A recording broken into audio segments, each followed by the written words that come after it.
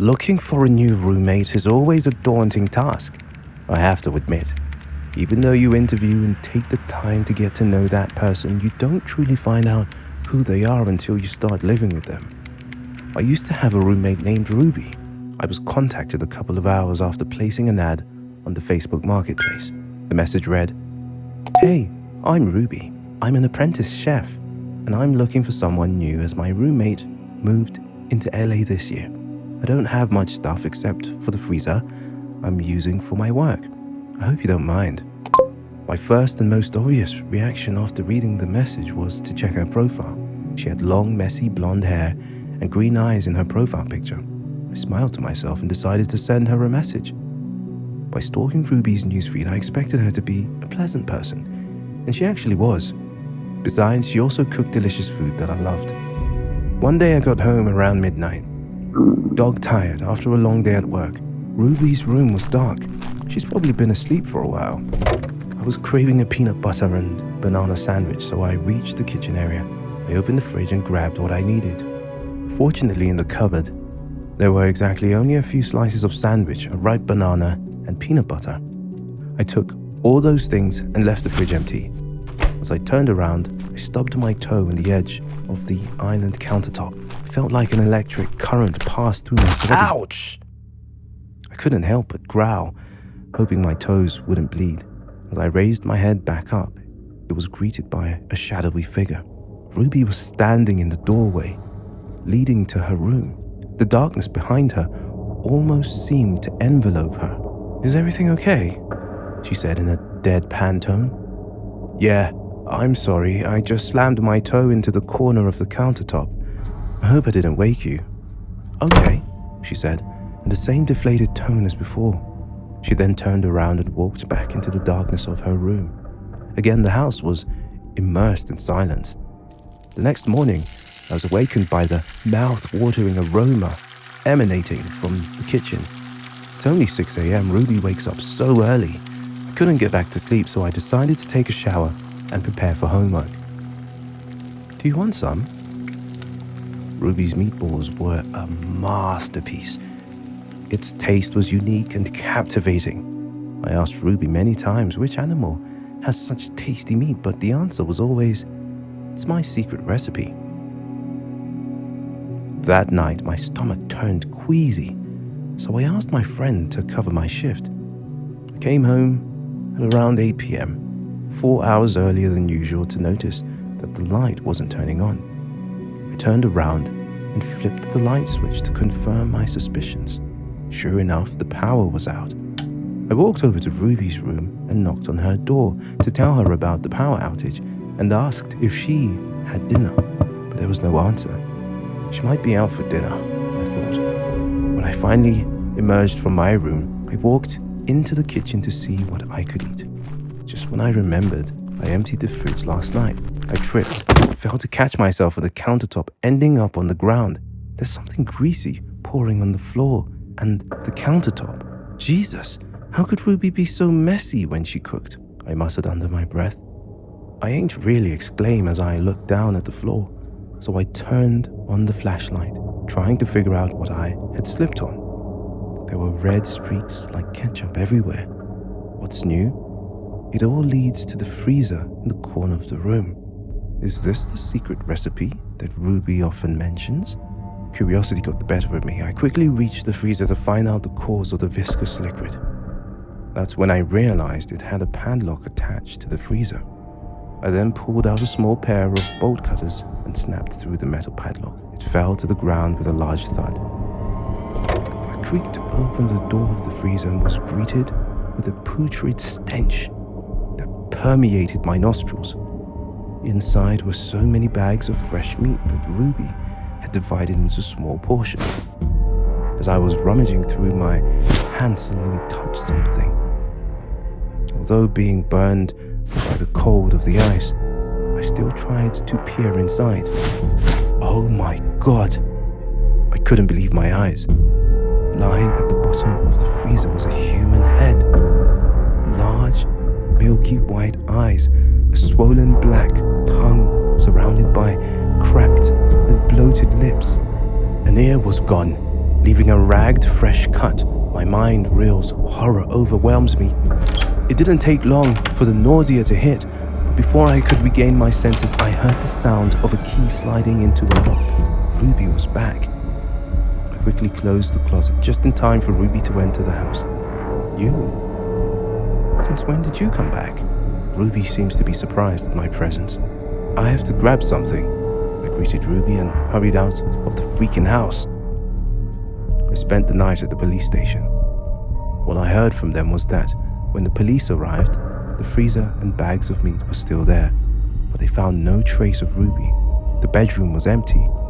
Ruby must have been packing clothes and stuff ever since. It is affirmed that all the bags of meat that Ruby kept in the freezer were flesh of different people. Under the bed, they found a notebook with various Polaroid pictures and notes. The most recent page is a picture of me, sleeping.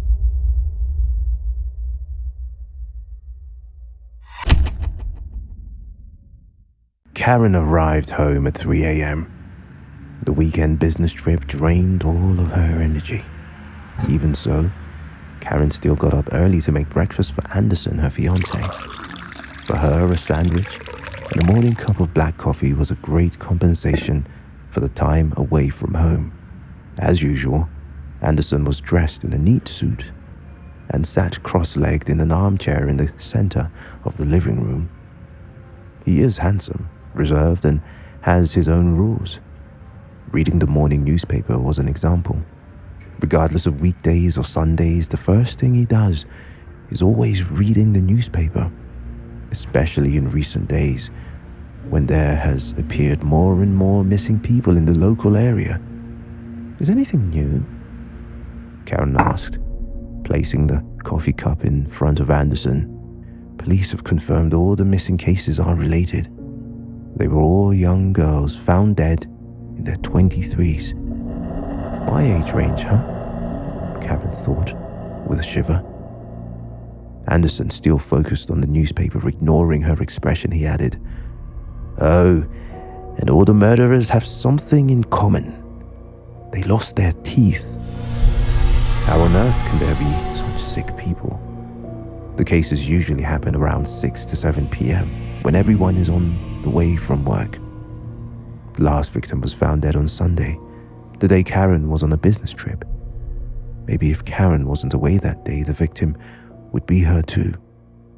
Except for the sick murderer, no one knows for sure. Suddenly, the breath on the back of her neck startled her. Anderson had been standing behind her ever since. He hugged her from behind, kissed her cheek, and greeted her at work. All day, Karen couldn't put the images of poor victims out of her mind. She got home at 5 p.m. earlier than usual. Anderson is far from coming. When she got home, Karen went straight to the bathroom. Bubble bath with Epsom salt for a luxurious evening will erase all her troubles. But today is the exception. Despite being immersed in the warm water, Karen can't help but wonder, but why teeth? In such a chaotic situation like this, you never know when you would be targeted by the perverted killer. That scared Karen. Fear fluttered in her stomach, but at least she had Anderson, a fiancé who would protect her at any cost. Thinking like that, she calmed down a bit to start enjoying the evening. The steam from the tub rose up, making her vision and everything sink into illusion.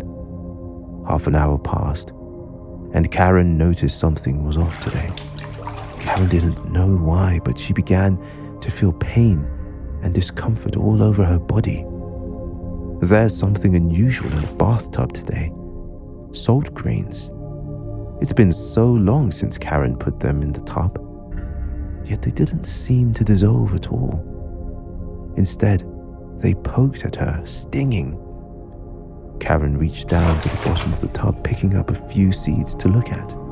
"Oh my God, a tooth!" She panicked, rushed out and flushed the water. Karen felt like she could throw up. All of them are teeth, jagged, covering the tub. "Oh no, no, no, no, no."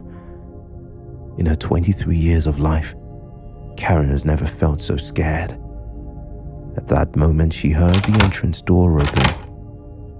Anderson is back. At this moment, Anderson's face this morning flashed through her mind. While he was reading the newspaper, he smiled. A strange, vicious smile. Passed away when I was a child. As a teen, I used to stay up way past midnight every night, watching terrifying videos on YouTube. My mom had always emphasized the importance of sleeping well to me and would definitely disapprove of my late-night routine. So I knew that if she caught me at that time, I'd be in big trouble. When I was 16 years old, my peaceful town was in turmoil as some children were suddenly disappearing. But you know, in the countryside, it's normal for kids like us to run away from home for a few days. Facing this news, my mom even grew more and more paranoid. Every night, I'd hear one of them wandering into my room, checking on me. And every night, she always checked on my brother, Daniel, first, and then came to my room. Even though she tried to walk softly, I could hear her footsteps. I'd immediately turn off my light and pretend to be asleep. I heard the door open, and my mother's tiptoe stepped into the room. I wondered if she knew I wasn't sleeping, because often it was only after what seemed like hours before they'd finally leave. The 16-year-old me felt my privacy was violated. However, I didn't dare cough a word because that only confirmed her suspicions. It was Saturday night. My mom got the news that my grandmother had been sent to the emergency room, so she had to leave home that night. Before heading off, she gave me a stern word reminding me to lock the doors and take good care of Daniel, who was so scared of ghosts at that time. She told me she'd be watching through the security cameras to make sure I'd follow that properly.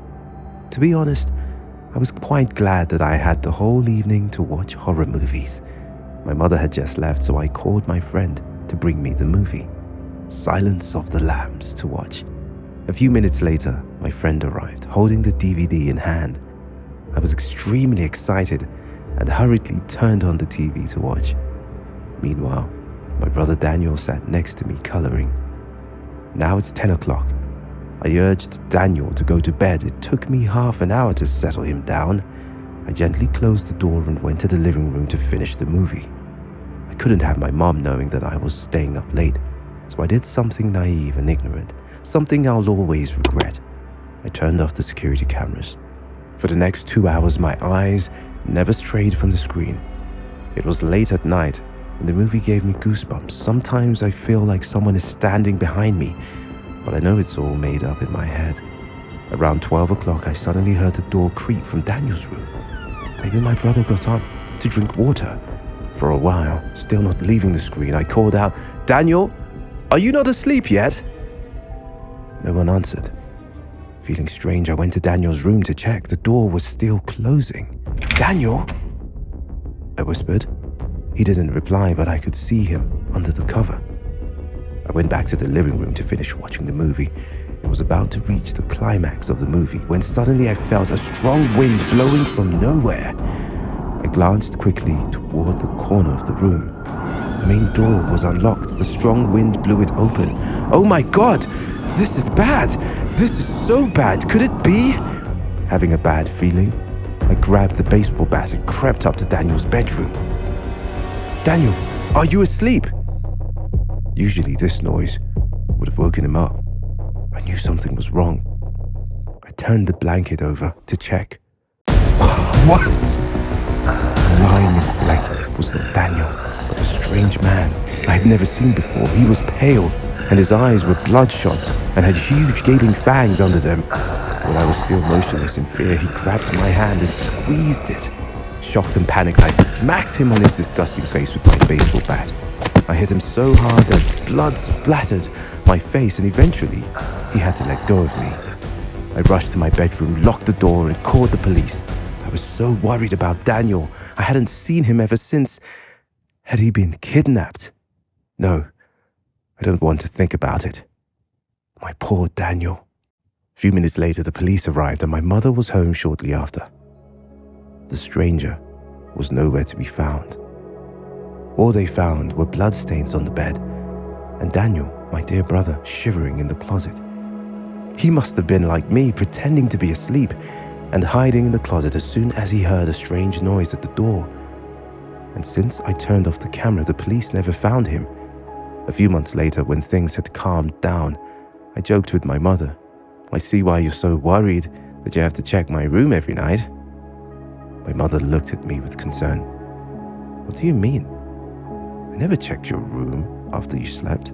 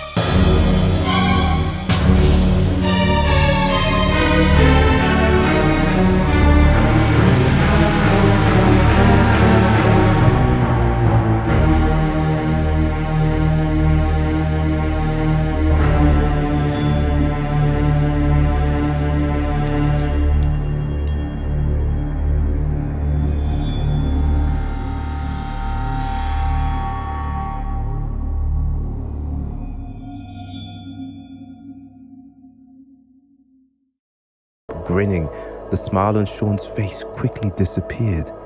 Then he frowned. "It's not mine. It's for you, Mummy."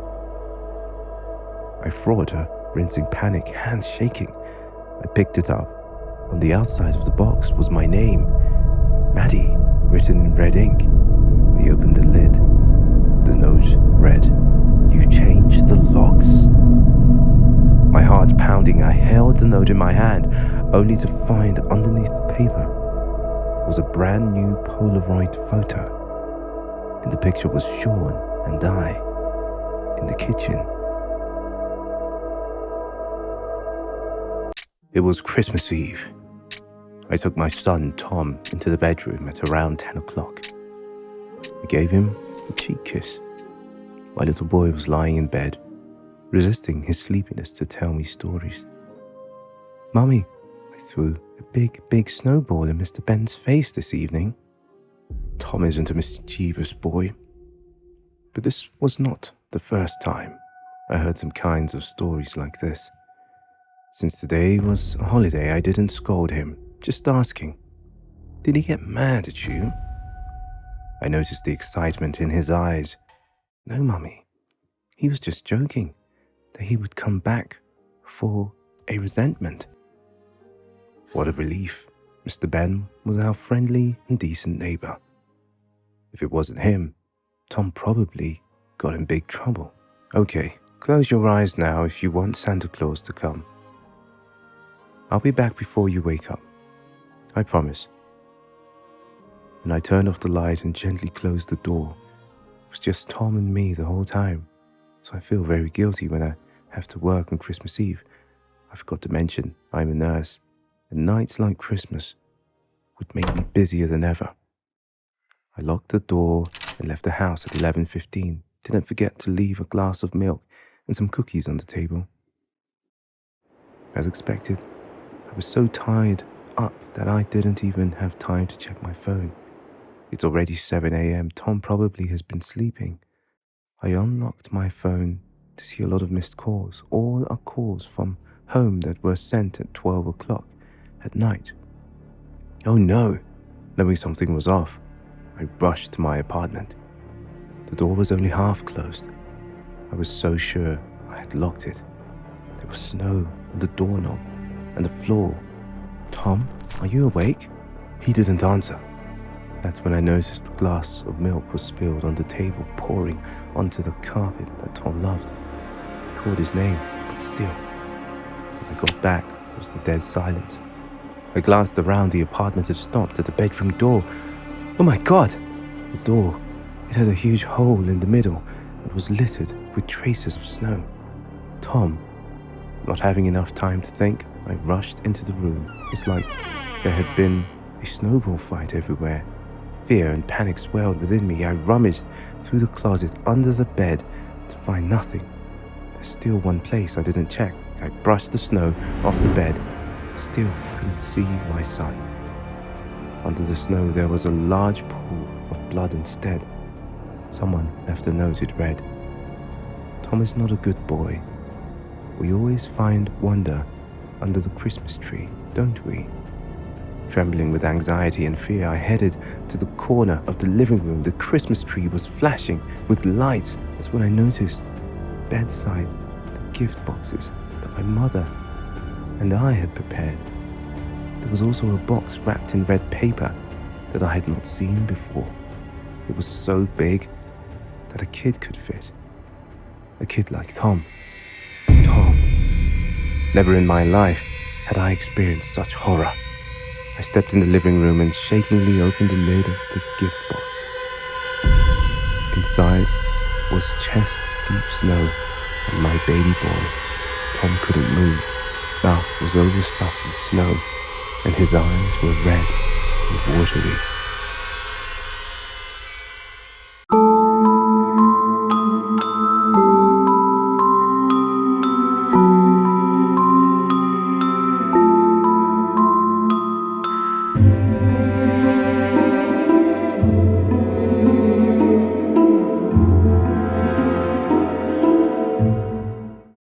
I lived in a dormitory. My roommate was Adam. He is the same age as me, but a head taller than me. I'm a skinny, nerdy college student who likes to spend time online and playing games alone. As for Adam, although he always wore a hoodie, I know for sure behind that shirt was a tall, muscular body. He must have been the desire of many girlfriends. Despite his appearance, Adam is quite taciturn and quiet. We don't talk to each other much. I also respect his privacy, so I don't often ask questions. Like me, Adam usually stays in his room all weekend. He will be out of the house only on Friday night between 8 p.m. and 11 p.m. So, it was a Friday night. As usual, when Adam went out, I opened Omegle to meet and talk to strangers. You know, guys like me don't usually get the chance to make friends in real life. After skipping through a few boring chat frames, I stopped. I came across a familiar scene. The structure, painted walls are exactly the same as the dorm room I was in. However, strangely, in the middle of that room was a table and a chair. He didn't say no, quietly eating the bowl of soup in front of him. Hello, late dinner, huh? No one replied. It was only then that I noticed his odd appearance. Why on earth did he have to eat haggardly like that? He seems to be very hungry, but at the same time, so reluctantly. And if I'm not mistaken, I saw his tears rolling down his cheeks. Weird, I thought. At that moment, another figure appeared. In that dark space, I could only see the person's arm outstretched. He has an axe tattooed above his wrist. The arm kept stroking the boy, but this only made him shiver even more. This must be a joke. I left a message. Freaks, you guys are boring, and left the chat room. The phone fell to the ground, startling me. Looking up at the clock, it was already 2 a.m. I've been asleep since when, I don't even know. Adam was back. Suddenly I thought of the guy eating the soup. Curiosity aroused. I rummaged up and opened my computer to see if the show had ended. Jesus, what happened? On the other side of the screen was a horrifying scene. The boy just now had his face down on the table. The bowl of soup spilled out. A slimy liquid spilled all over the table. What? I glued my eyes on the screen. It's the weirdest soup I've ever seen. On the table was a red mixture. Crammed in the middle was what looked like minced meat. My body shook with fear. I panicked.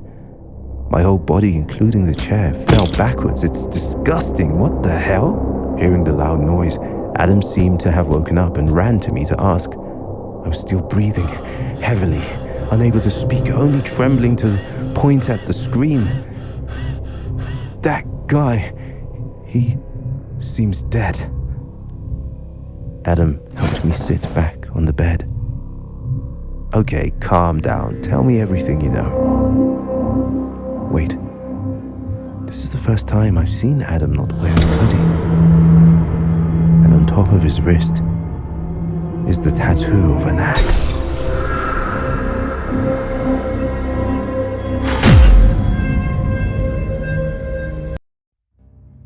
My brother saw a ghost as a kid. 10 years later, I realized what he actually saw. So I was about 8 years old. My little brother was about 5. We lived in a fairly sparsely populated area since our dad worked construction out of town back then. It was often just 3 of us at the house for weeks. One summer morning, I went to my brother's room to wake him up for breakfast. That summer was quite hot, so everyone was drenched in sweat. But my brother was still covered with a blanket. Pulling off the blanket, I saw my brother's back was wet. His face was white and sweaty. When I asked him why he was covered in blankets in the middle of summer, he turned grumpy and said, "It's a secret. I can't tell you." To my surprise, I went down to the house to ask my mother, and she said that this situation has lasted for nearly a week now. That night, a hailstorm appeared out of nowhere. Since we were both excited, Mum let us stay up later than usual. It was well past our bedtime when our mum woke up off the couch to put us to bed. My brother and Mum both had a habit of waking up in the middle of the night to use the bathroom. I only knew this because I was always a light sleeper, and they just couldn't help flushing with the door wide open. This night, however, my brother stopped on his way to his room and came back towards the bathroom. I'm going to try to pee before I go to bed. The past few nights, I've been too afraid to walk to the bathroom. After a while of asking what scared my brother so much, he finally told me to bend down, then whispered in my ear, "Our house is haunted." Ignoring my cowardly expression, he continued, "That night, I thought it was Dad, so I approached him, but it was a mistake. There was a ghost with wild white eyes and was always dressed in orange. He said he won't harm you and Mum if I promise not to tell anyone. But I broke my promise. I was terrified by it. The fear of seeing a ghost like that at the end of the hallway or through the windows is the reason I started running from the stairs to my bedroom at night. After the summer vacation ended, my brother didn't mention it anymore, and I forgot about it too. Years later, when I was about 18, my mom and I had a conversation while we were on the run. We were sharing stories about Max's tendency towards destroying my shoes and other unruly behaviors when my mom blurted out, "Do you remember that time I opened the front door for the cops and Max ran inside to the kitchen and started tearing open that big bag of dog food we had?" This really caught me by surprise because in all the years I lived in that house, we never once called the cops. I asked her what she was talking about and she looked equally surprised, as if she had just revealed something by accident. "Oh, that's right. I never told you because you were too young at the time." And this is what my mother told me. On the day of the hailstorm when I was 8, my house was broken into by a stranger. That night, she got up at 3 a.m. to go to the toilet. As soon as she came out of the room, my mother suddenly heard a noise in the kitchen. She looked down from the stairs and saw a dim shadow. Mom was extremely scared but still trying to keep her eyes open. Suddenly there was a flash of thunder, lightning through the window, allowed her to see the face of that person. And at the same time, he was startled and looked up the stairs, his eyes meeting hers. Those wild eyes haunted my mom for many years. My mother quickly grabbed the phone and carried my little brother into my room, locked the door, then immediately dialed 911. She couldn't remember all the details she gave them. A tall white man wearing a faded orange suit, something like that. Police said my mother's description matched the description of a man they were looking for in the area. It turns out he had escaped from jail on a murder charge. Now, I know it sounds so obvious hearing those two stories back to back, but it wasn't until last night that I pieced everything together. Both my mother and I, we never knew that my brother had unknowingly warned us about a murderer who spent multiple nights casing our home. What my brother saw was not a ghost or an imaginary figure, but a murderer that stayed in our house for no one knows how long. And since my brother broke his promise, he actually could kill us at any time. Maybe that night, he did plan it. Maybe that sound my mom heard from the kitchen is that he was finding a knife to kill all of us. Enjoying the spring fair is the annual tradition of me and Luna. So here I am, waiting for her at 3 p.m. to celebrate 2022. This year, my friend is wearing a crop top, short skirt, and pretty as usual. It was a gloomy day, but my mood lifted due to the bustling atmosphere. Luna dragged me to the Ferris wheel to take pictures. That's when I realized the difference of this fair compared to the previous ones. A Huggy Wuggy mascot was standing near the stuffed animal store. "Do you want a hug?" The mascot stretched out its hand towards us, but Luna scornfully replied, "This mascot is so freaking creepy, afraid of being heard and judged." As impolite, I interjected, "Well, but it's pretty cool, don't you think?"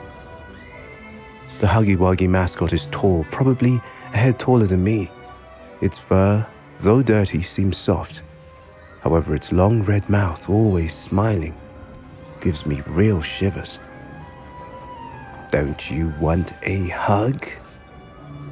Suddenly, Luna pulled me towards the mascot for a check-in picture as she said. Then she kept dragging me to the other play areas. After walking a long way, I was pretty curious about the mascot, so I turned back to see it was still in the same position. But the head and eyes were deadly fixed on me and Luna, like it was watching us. "Oh, come on, you need to stop watching something creepy on YouTube. Maybe Luna was right. I couldn't let that stupid mascot ruin our day. So that's what I did. I spent a happy evening with my best friend, and we also took a lot of photos. It was already dark when we were about to leave. It's already 7 o'clock. The fair was almost empty, and the stalls were ready to pack up.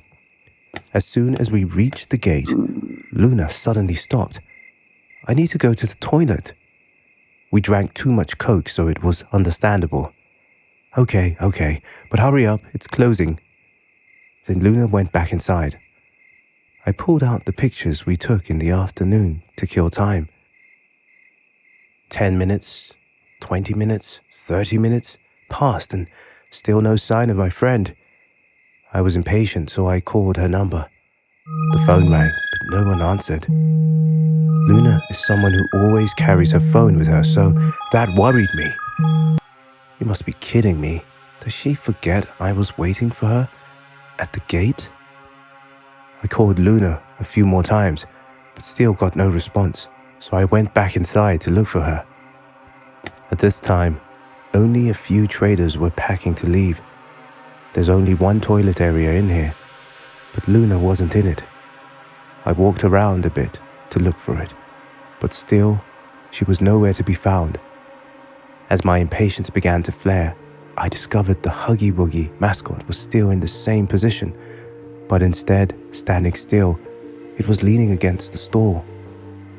Hey, excuse me, I called out loudly, even though the mascot seemed to be heading straight for me. It still didn't move. Excuse me, have you seen this girl? I showed it the photo we took earlier, but all I received back is the dead silence. Is this just a costume? Thinking so, I gently pushed it, but as soon as I touched the Huggy Wuggy mascot, its whole body fell to the ground. Then I knew what real terror was. The head of the Huggy Wuggy fell off, rolling around. I couldn't believe it. Inside was no one else but the girl I was looking for. Even though her whole body was wrinkled, I still recognized Luna. Her eyes were rolled back and her neck was full of new deep marks, like she had been squeezed so hard until she died.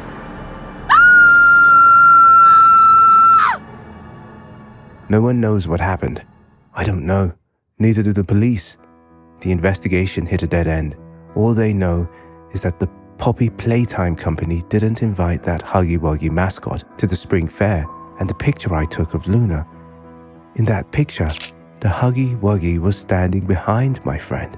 Although the head looked towards me, its eyes glanced straight to the left to look at Luna, and still showed a familiar smile. A few years ago, I was traveling alone in a little-known place in Texas. I had planned to stay there for 1 week. However, the blizzard brought traffic to a halt, so I ended up being there for almost a month. As a fitness lover, the first place I went to check was the gym. The town was sparse, so it's surprising that there were always only a few people at the gym. I especially loved going to the gym late at night. There was hardly anyone there, so the whole gym seemed to be mine. It was the only gym I could find in that area, so I had to go there even though I found it a bit inconvenient. For example, the manager was always silent. The gym facility was old and gave off an unpleasant atmosphere.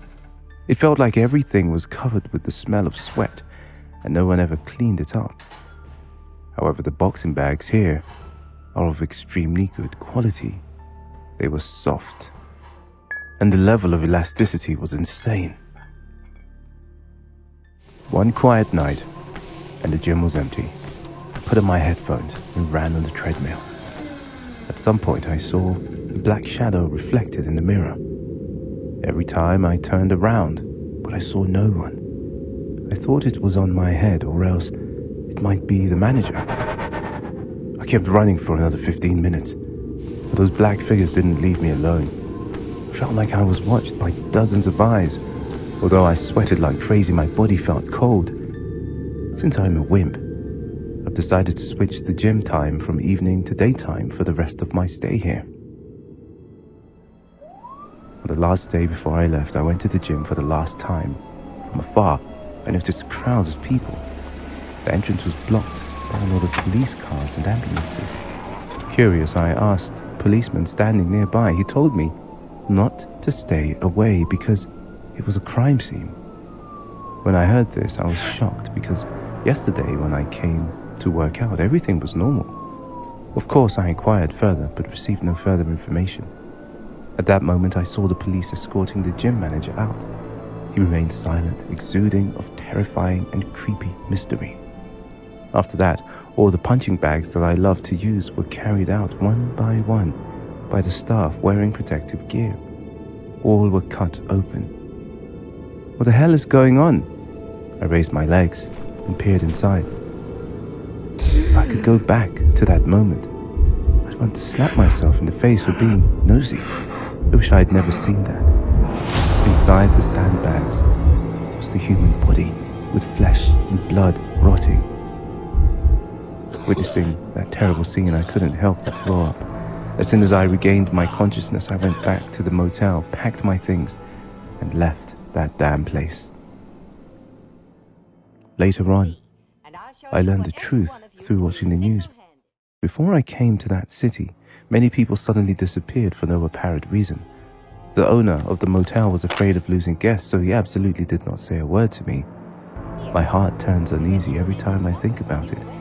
Perhaps that sandbag was so qualified not because it was expensive, but because the sand was replaced by human bodies. And perhaps the strong smell that made me queasy was not sweat, but a smell of fluid from rotten humans.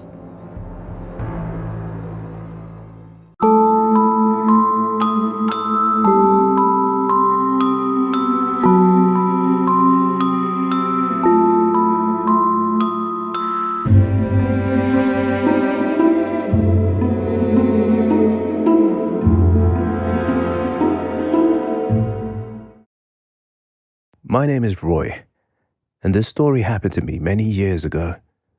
It was a December night. Mr. Hudson, my neighbor, had to go to work, so he hired me as the babysitter. Since I needed extra income, I agreed. When I got there, Mr. Hudson was about to leave. He also gave me a little rundown on what to do with Riley, his 5-year-old daughter. Riley turned out to be very sensitive. Lately, she had been having nightmares and was so scared that she even screamed in her sleep. Well, I bought her a new Kissy Missy at first. Riley loved it so much. A few days passed and she changed. Every time she sees it, she screams. Also, Mr. Hudson told me to stay in his room after tucking Riley so that she could feel at ease. Yes, sure, I can do that, I said, and waved goodbye to him. Around 10 o'clock, I took Riley up to the bedroom and was immediately blown away. When I heard about the Kissy Missy stuffed animal, I didn't think it was this big. As I was tucking Riley in, she seemed scared and still wouldn't close her eyes. "Sam, I'm scared. Kissy Missy keeps staring at me," she said. Like this thing can make its own decision? That's what I thought. But I still need to find a way to comfort her. It's all in your head, Riley. Kissy Missy is so cute. And besides, well, look how soft its fur is. She insisted on not letting me go. Okay, what about I'll take Kissy Missy to the other room and let your door open. Then whatever happens, you just scream and I'll be there. The move worked. Riley slowly closed her eyes. I made sure she's asleep, then leaving the door wide open and dragging Kissy Missy to the next room. Jesus, how much is this thing worth? It's way heavier than I thought. It took me a while to drag it to Mr. Hudson's room. I sighed in frustration and went to bed to watch some TV. For some reason, Kissy Missy gave me shivers. Was it looking at me like that before? No wonder Riley has been having nightmares. But then I laughed to myself because of my rich imagination. I wake up in the middle of the night. The TV was still on. I turned to the corner of the room to find out that Kissy Missy was no longer there. Wow! Riley was unexpected, huh? I decided to go downstairs and make a sandwich. Riley's door was closed. She must have sneaked into my room to get her Kissy Missy while I slept. I headed to the kitchen and gave my phone a quick check. A few missed calls, all from Mr. Hudson's number. Even though it was 12 o'clock at night, I still called back to make sure everything was okay. Oh, nothing's urgent. I just called to check. I told him everything was great and he didn't need to worry. Then, Mr. Hudson needs to get back to work. Before ending the call, I joked to him, Riley literally fell in love with Kissy Missy again, Mr. Hudson. It took me a lot to drag it to your room, but Riley sneaked in to take it back. There was a long silence on the other end of the line. But somehow, I knew my neighbor hadn't hung up yet.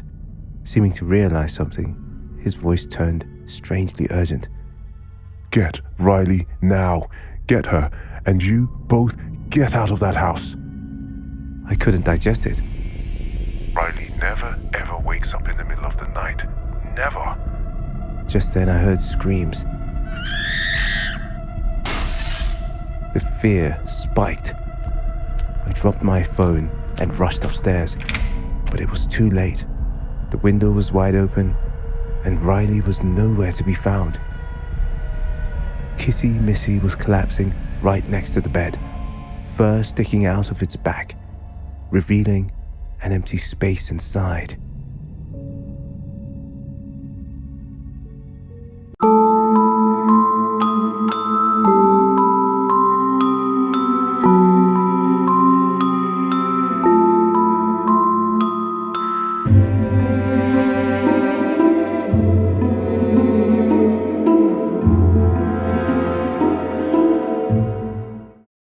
My best friend Lisa was a wonderful person.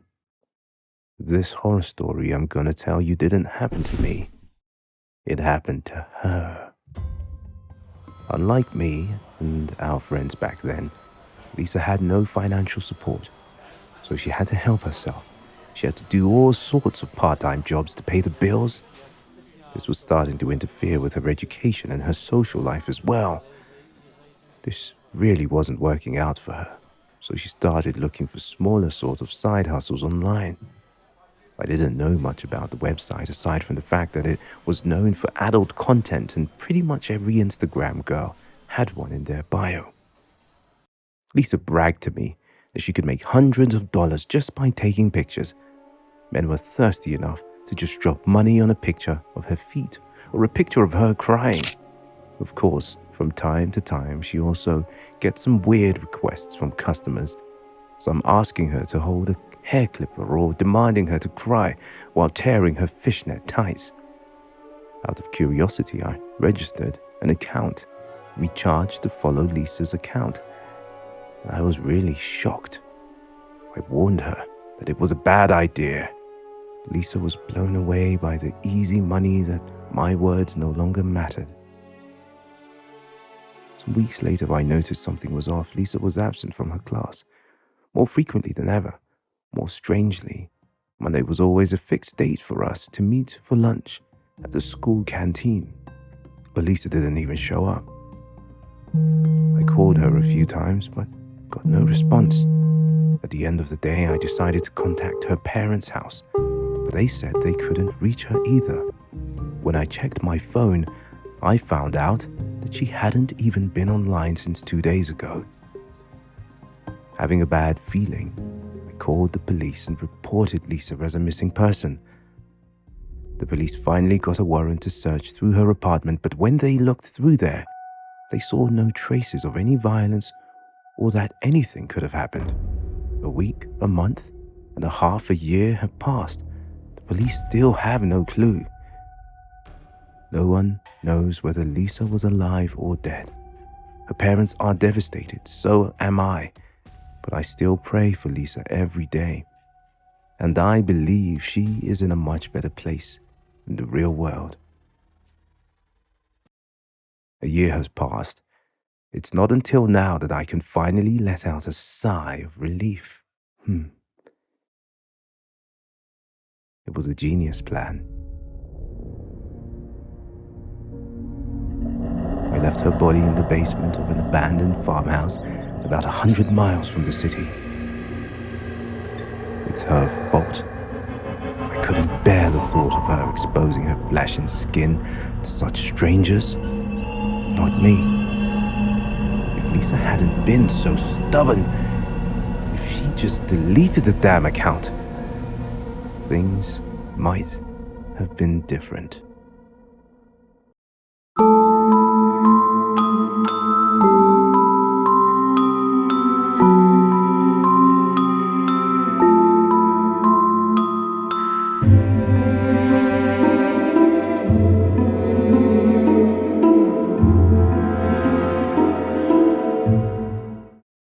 That nightmare keeps coming back again and again. It was Friday night. I had a night shift at a 7-Eleven gas station. I used to be a medical student. I didn't have any financial support, so I went to work part-time to earn extra income. I usually didn't garner as many customers as the day shift would. Maybe just the occasional night owls or creeps that would stop by. Let me in! Let me in! Let me in! Dealing with such guys, I usually locked the window and ignored it. However, such incidents didn't happen often, so I didn't mind either. $30 for pump 3, please. It was Lisa, a patron that I've been keeping an eye on for quite some time. Lisa must have been assigned to work the night shift like me. After putting the money in the drawer, I locked eyes with her to observe more of this woman's charm. Lisa was refueling, but her gaze was elsewhere. And next to her, I saw the same homeless guy approaching her. His eyes were bloodshot and twitchy. This freak again. Son of the... Before I could finish my sentence and run out to warn Lisa, I froze. The man yanked the gas pump from the vehicle and sprayed her with gasoline. I never saw that coming. I quickly called 911 and was about to help, but as soon as I reached the door, I knew it was all too late. The man lit, and Lisa's gasoline-soaked body was literally on fire. Hello, what's your emergency?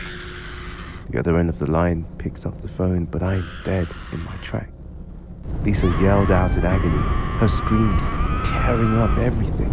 It was the scream of a soul dying. Help me! You have to help me! My whole body is drenched in sweat. It's 2 a.m. So, today, I've only got 3 hours of sleep. I walk out of the bedroom and go to the kitchen to have a drink. A glass of cold water will bring my heart rate back to normal. Then, I decide to take a trip down to the basement even though I was there all night. The basement is dim. My eyes catch a weak light shining from the corner of the room. On the old mattress lies the person I love so much. She's sleeping peacefully. Lit would be nice if she was always quiet like this. Suddenly her eyes get wide open and she stared dead at me. Ah, honey, do you wake up so early? She doesn't utter a word. Only when I'm about to leave, she grabs my arm and moans, "Please help me." Darling, I'm helping. It's only getting better, I promise. As soon as I finished my sentence, she went crazy like an animal. She was messing around and tearing me apart. I took a step back, and she still stormed forward despite her unhealed wounds. As expected, the chain from her ankle jerked her back, making her fall to her knees. Normally, Lisa is very gentle, girlfriend. But at some times like this, only this chain can hold her back. I gave her an injection to put her back to sleep, then locked the basement and went back to my bedroom. Half a year has passed, but the police and those people still haven't given up on Lisa. If only they knew that she was with the one who loves her the most, accepts her no matter how distorted she becomes. Of course, if you're wondering, the guy that made her come to be like this was taken care of a long time ago. I left everything behind just for Lisa. After she finally asked me for help that night. You don't understand. Neither will she. I get it. But I for sure will never give up on her. Ever. Hello, what's your emergency?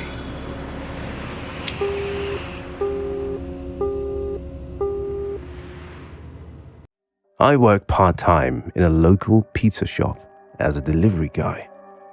It was Saturday night. My colleague had an unexpected break, so my boss asked me to cover his shift. Around 11 p.m., I got an order to the house on the side of the forest. This place is literally out of nowhere that doesn't even show up on GPS. Well, it took me 45 minutes to get there. It was a rustic wooden house. Dang it! I took the pizza to the porch and rang the doorbell. I waited for a while, but no one appeared. So I rang the bell again. When I was about to call my boss to cancel the order, I heard footsteps in the house and the door opened. A well-dressed man stepped out. He just stood there, saying nothing, staring dead at me. Sorry for the late delivery. Anyway, here's your pizza. You don't need to tip me. He just stood for a moment, then flashed a weird smile. Okay, thanks for the pizza. Would you like to come in for the birthday party?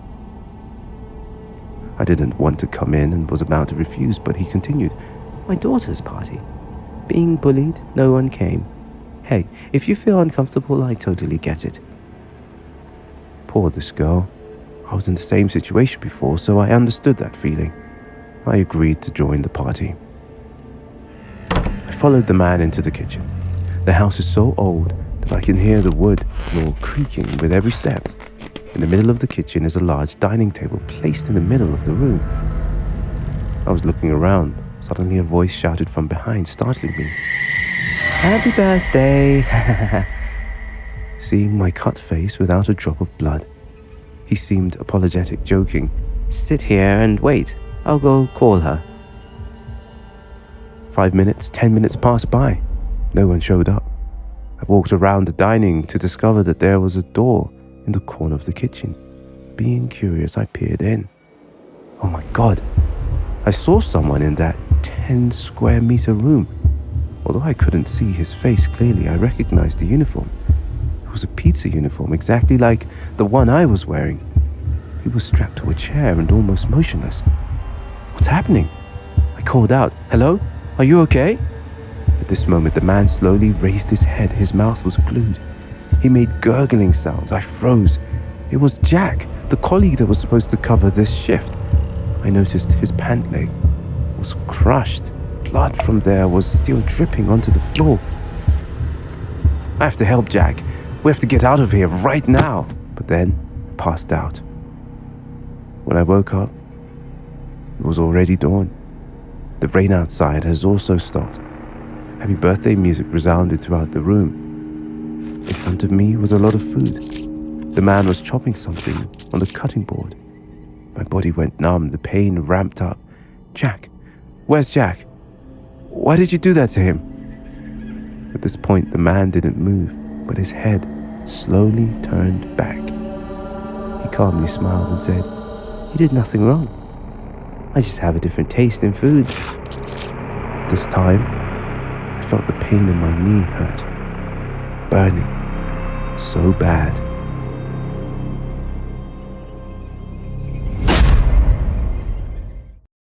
It's a dreary winter day. I stand in front of my treasure, the Harry Potter collection, while sipping a cup of coffee. This familiar scene reminds me of what happened 10 years ago, when I was just a 10-year-old kid, being a boy who loved to explore things. My best friend at the time was Ronan. Being a die-hard Harry Potter fan, I just called him Ron. And since we're so close, I considered myself Harry as well. Interesting, right? Ron and I loved going to the train station after school. Back then, I always believed that the barrier between platforms 9 and 10 holds the secret entrance to the magical platform 9 3/4, which of course could lead us to Hogwarts. There was a man who often sat at the corner of the railway platform, wearing a cape, like a witch's costume. One afternoon, I noticed a young boy approach the old man with a wand in his hand. Hey Ron, do you think he's an employee of Platform 9 3/4? No idea. Ron's dusty answer disappointed me. I stopped talking to him, turned to see the empty corner. The old man and the boy with the wand were no longer there. Oh no, I lost track of them. I came to the railway platform, but still, I found nothing. It's dinner time. We need to go home. After that day, Ron and I were stuck in the house for a whole week due to the heavy snowfall. As soon as the weather improved, I picked up the phone and called his house. Hey, come over. We're gonna go to the station. Don't forget your wand. By the time we got there, it was already dark. Only a few people were passing by. We stood in a familiar place, tried to find the employee of Platform 9 3/4, but that day, he didn't sit in his familiar corner. Ron stared at me in the confusion, so I had to reassure him. If you want to be a witch, you have to trust me. The other day, I saw that man took a boy to Hogwarts. That boy has a wand, just like us. Then, Ron and I approached the place where the man usually sat, but it just made us more disappointed. Suddenly, a strong gust of wind blew up from nowhere. It brought goosebumps to the back of my neck. Bruh, is that Azkaban Dementor or something? I don't know, but let's go home. It's getting dark. I ignored Ron's words and tried to linger. A few minutes passed. From the darkness suddenly appeared a shadow, a thin and tall body. Oh my God, it's definitely Azkaban Dementor. In the distance, he was dark and threatening. A few seconds later, the shadow approached us and began to show its face. Underneath the cape, I saw ragged clothes. His face was terrifying and gave me nightmares for years. And in his hand was not a magic wand, a bloody knife. He smiled sinisterly, revealing jagged yellow teeth. Run! Ron yelled. No, I spent my whole life preparing for this. And then loudly chant the incantation. Expecto Patronum. Yet nothing happened. The man almost caught me. While my legs were wobbly with fear, Ron grabbed my hand and we ran as fast as we could. Idiot, you want to die? Run! Just then, I tripped and got my feet stuck in the railway tracks. The madman was still standing over there and laughing. Oh my God, that's it. Am I going to die like this? My fear spiked. I frantically waved my wand to hope for a miracle. The train was already very close that could hit me in any seconds. When I'm about to pass down, Ron ran down and managed to free my leg. He made it out before the train cut through and left the madman, who was still laughing, wildly behind. That night, when Ron took me home, my dad got really mad. He thought I sneaked to the train station without asking his permission. Turns out his concerns are well grounded. During that week, the news had spread about the disappearance of boys my age.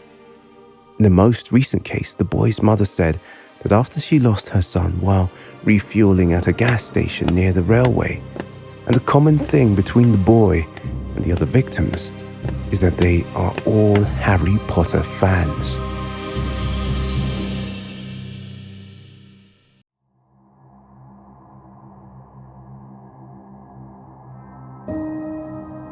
When I was a last-year medical student, I was sent to practice at a psychiatric hospital located pretty far from the city. On my first day at the hospital, I was quite creeped out. It's not like the hospital is haunted or anything, but I noticed the staff giving me an uninviting stare, and the patients looked like the kinds of people you would see in one of those Exorcist movies. I remember two people that needed special care, one of them named May, the old woman that always acted like she was a kid. I heard that May had been an alcoholic for her whole life. She lost her child in a car accident, plus being abused by her husband made her health even worse. Every day, I had to play along with her game to entice May to take medicine. "Please play with me, Daddy." The other was a room away. He was a mutant about 7 feet tall. That creepy patient always gave me a disturbing staring, like he wanted to eat me alive. Once I gave him the medicine and reminded him to take it, but before I could finish my sentence, he lifted me up and squeezed me so tight that I could hardly breathe. Another staff member intervened in time and saved me. After that incident, I always watched behind my back just in case. That night, it's 2 a.m. When I was about to end my shift, my colleague hasn't come yet, but I was so tired that I decided to head home. As I was walking to the elevator, I was suddenly startled by a loud noise. I then turned back to see an empty hallway. That's all in my head, I thought to myself, and kept walking. But just as I stepped into the elevator and was about to close the door, I heard a giggling of some kids. "May, is that you?" No one answered. Curiosity got the best of me. I had to give it an investigation. The light of May's room was still off, but she was nowhere to see. While I was peering around to see if May had strayed into the wrong room, I noticed that the door to the tall man's room was not closed. Looking through the gap, I saw someone's feet lying on the floor behind the bed. Well, this is strange.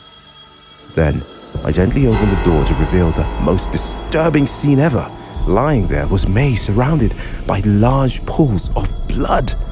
The tall man, he was burying his face in her tiny belly, munching and growling.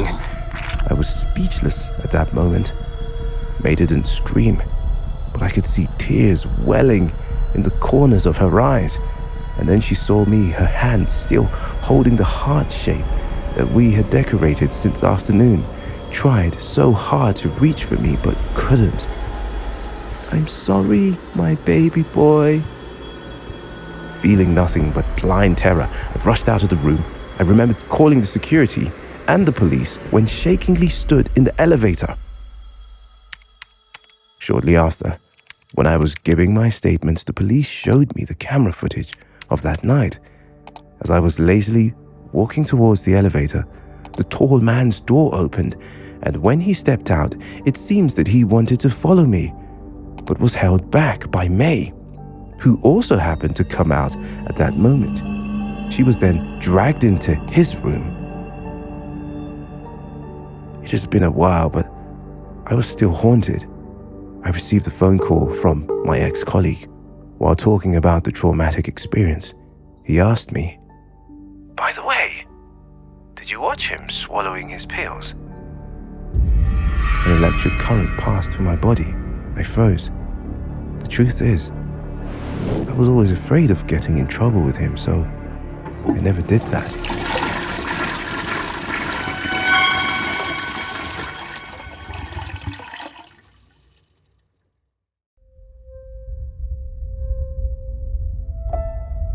People just don't know how obsessed I am with winning. If I have to sit there and face myself and tell myself, "You're a failure," I think that is worse. That is almost worse than death. I was inspired by Kobe Bryant since the first day I played, and he was also the reason why I am here today. And that is the end of the speech. Thank you for listening. So, what do you think? Mike stood on the podium, eager to ask for my thoughts on his speech. Without making him wait long, I replied, Very touching. You are the best. even though it's 3 days until the tournament. The principal told Mike to prepare a victory speech because everyone knew that the team superstar Mike would win the school trophy again with his perfect three-pointer. If only we knew that wouldn't happen. "Mike, are you okay? Mike!" Mike lay still, motionless. I tried to shake Mike up, but his eyes were still closed because of that car accident. Mike was in a coma for several days. The doctor said the accident would not take Mike's life, but would certainly end his basketball career. It's impossible for his leg to recover.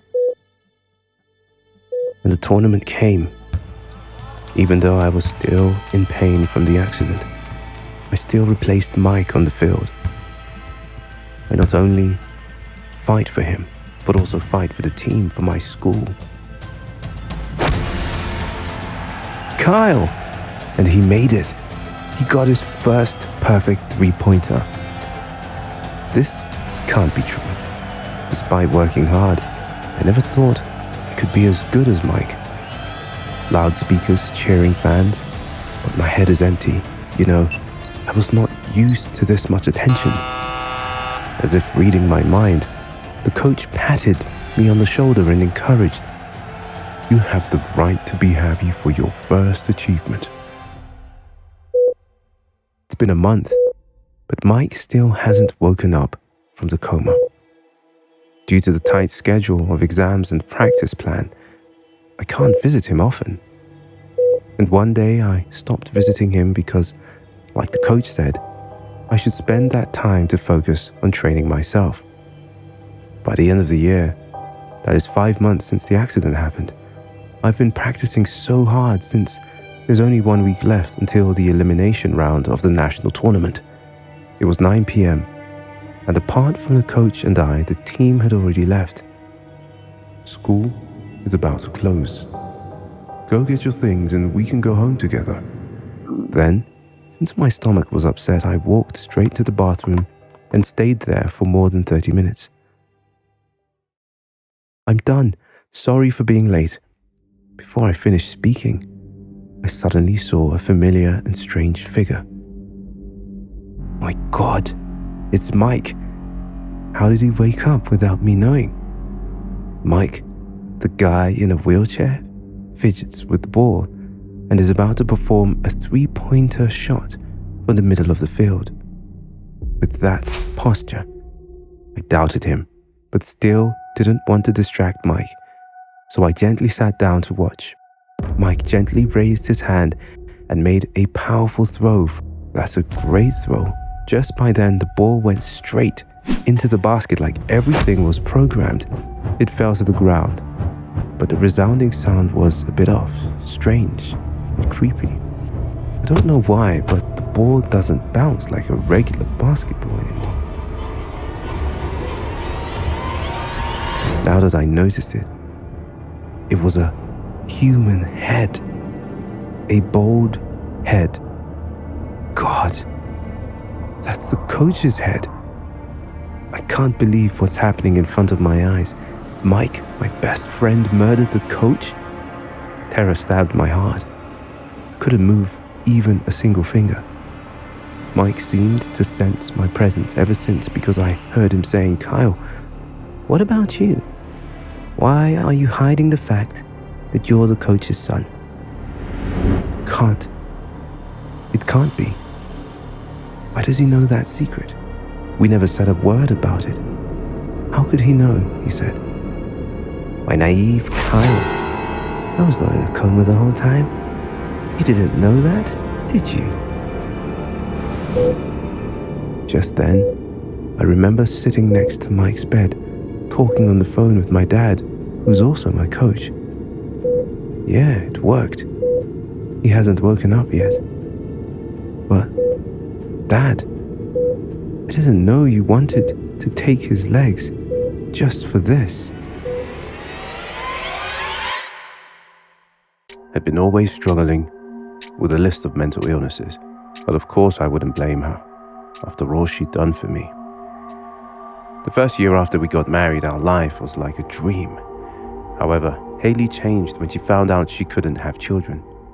She often had trouble sleeping and had to take medicine, yet her condition only got worse, and strange things constantly happened in our house after that. Once, after having the sweet night together, I cuddled Haley to sleep. I don't know how long it had passed. I was woken up by an uncomfortable feeling around my chest. When I opened my eyes, it was pitch black. That's when I realized my face was covered by the pillow. and the one who was pressing the pillow down my face was none other than Haley. It seemed like she wanted to take my life. As the oxygen level gradually ran out, my whole chest tightened and pain invaded my body. I didn't get why my wife was so strong then. I screamed and yanked until I was finally able to get out. "What the heck, Haley?" She kept her gaze in and wandered back to her bedroom. The scary thing is that after such incidents, Haley did not remember anything the next morning. When I told her to change doctors, Haley insisted it was all because the house was haunted. The demons in the house kept commanding her to harm me, and when she disobeyed, they would take over her body. We decided to move to the suburbs. Haley could no longer hear the voice in her head. She was happy and so was I. At the end of October, I had to work away from home for a week. Although Haley was still taking her regular medication, I still wanted her to invite her friends to come over. However, my wife refused. Don't worry, the old Haley was dead. I had to give up and start my business trip. On the 5th day of my business trip, I called to find Haley much worse than usual. I tried to ask, but Haley said, "I'm just tired." The next day and the day after that, I called again, but Haley didn't answer. I called an early flight to make sure she's okay. I arrived in the living room at 11 o'clock at night. Haley was not in the living room. I called everywhere but got no answer. She must be asleep, I thought, as I headed for the stairs. Oh God, my poor wife. To my horror, I found my wife's body hanging from the banister. Under was a note saying, "I'm sorry, but the voice doesn't stop. I have to stop it myself before I hurt you again." I was about to help her down when I realized it was too late. Her neck had been hanging for so long that it stretched a few inches. You probably already know what happened after that. I called 911. It's been a year since Haley died. This might be the right time for my lover, Daniel, to move in. Fake fertility results, swapping sleeping pills, installing a remote control sound system in my home, and a good story that took a lot of work to come up with. All of it worked perfectly, and nobody even doubted. It's all worth it though, as now I can live a long life with the love of my life. My name's Amanda, and I'm a freshman in fashion design. I've just moved to a new city and can't wait to get a decent room. And of course, meet someone with similar interests to become roommates. Since I didn't have a place to stay and didn't want to waste money for the motel, I brought my suitcase to school to do the admission procedures. I noticed a girl approaching me. Hi, newbie. I'm Jessie. It was a senior from the same industry. I was lucky, that's what I thought. Not only does Jessie share the same interests as me, but she is also willing to let me stay at her house because there's still an empty room left. The only downside is that my house is in the suburbs. That means my road to school will take a little longer, but in return I will have a quiet space to unleash my creativity. Then Jessie gave me her home address and disappeared. It took half a day to complete the admission procedure. Took a taxi and arrived after 30 minutes. It was getting dark. Jessie was standing at the gate of a 2-story house, patiently waiting for me. Then she helped me carry the suitcase inside the house. It was dark outside, but it was even darker inside because Jessie didn't turn on the lights. I don't dare question it because I think she has her own rules for her house. After going through the living room, dining room, and up the stairs, I began to see the faint light bounce back. At the end of the hallway is my bedroom. For some unknown reason, I got goosebumps on the back of my neck. I felt like dozens of eyes were staring at me from behind. I turned around and got jump scared. At the end of the corridor, and not only one, two, but dozens of mannequins lined up. Jessie giggled. You're not used to these things? Take your time, and you'll love it. Her expression made me feel embarrassed. Was the let the light off situation earlier also her joke? I thought. Then I was led down the hallway and stopped in front of an old door.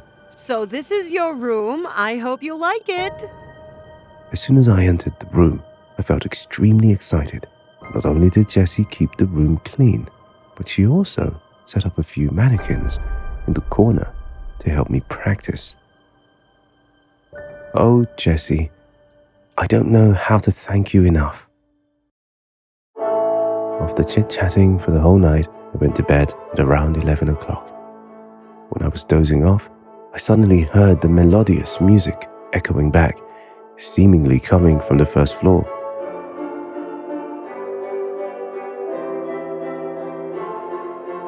Didn't Jessie say this place is so quiet?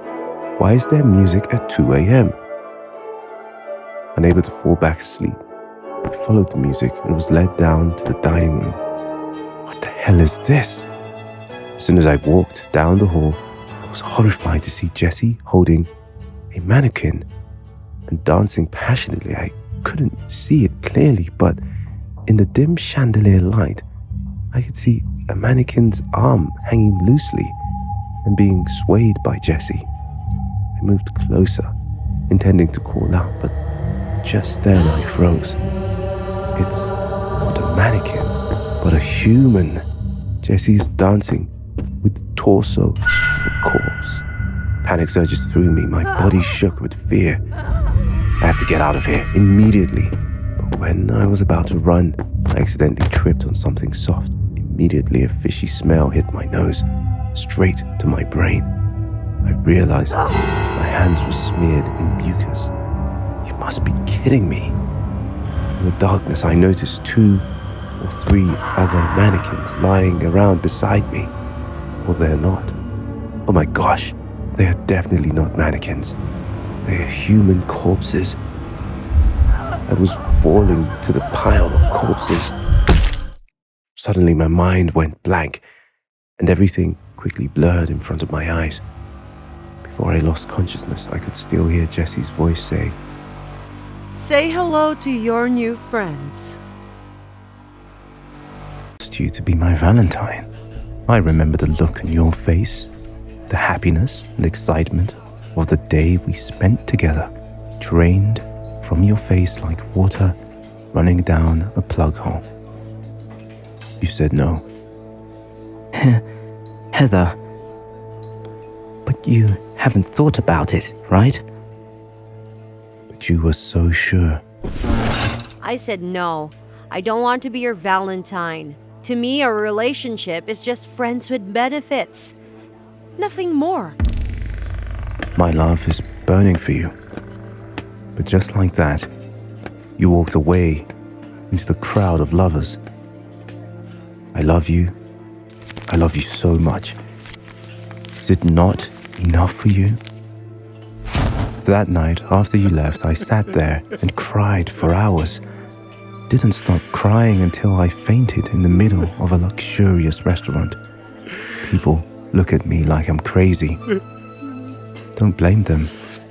Those who never understand what true love is. After the day I was rejected by you, I couldn't leave my bed. For how long, I don't remember. Maybe 2 weeks or more. I only went out when I'm exhausted from starving myself. But instead of going to the supermarket, I couldn't help but follow the familiar route leading to your apartment. Heather, do you know? When I saw you through the window, I felt more relieved than ever. Just as I felt the fire in me rekindle, I saw that man, the man you always hated. Who the hell he thought he was to touch you, hug you, and even put his dirty lips on your cheek. The moment you lower the window curtain, to be honest, you shut down my heart.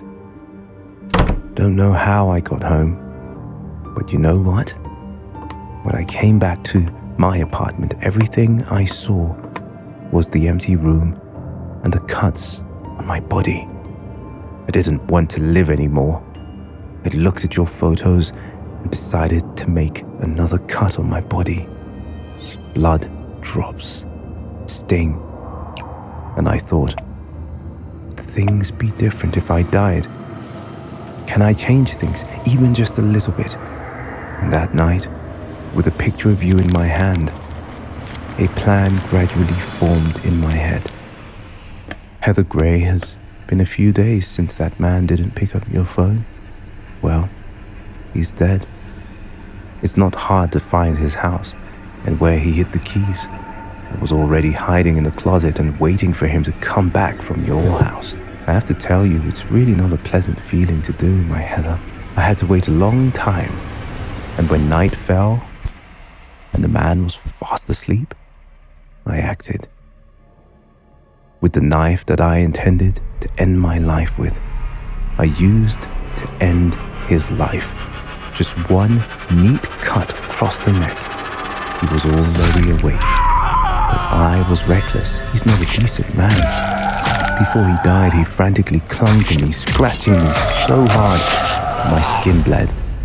I watched him convulse, struggle, and suffocate in his own blood ocean. Before he grasped the last air, he still dared to ask me who I was.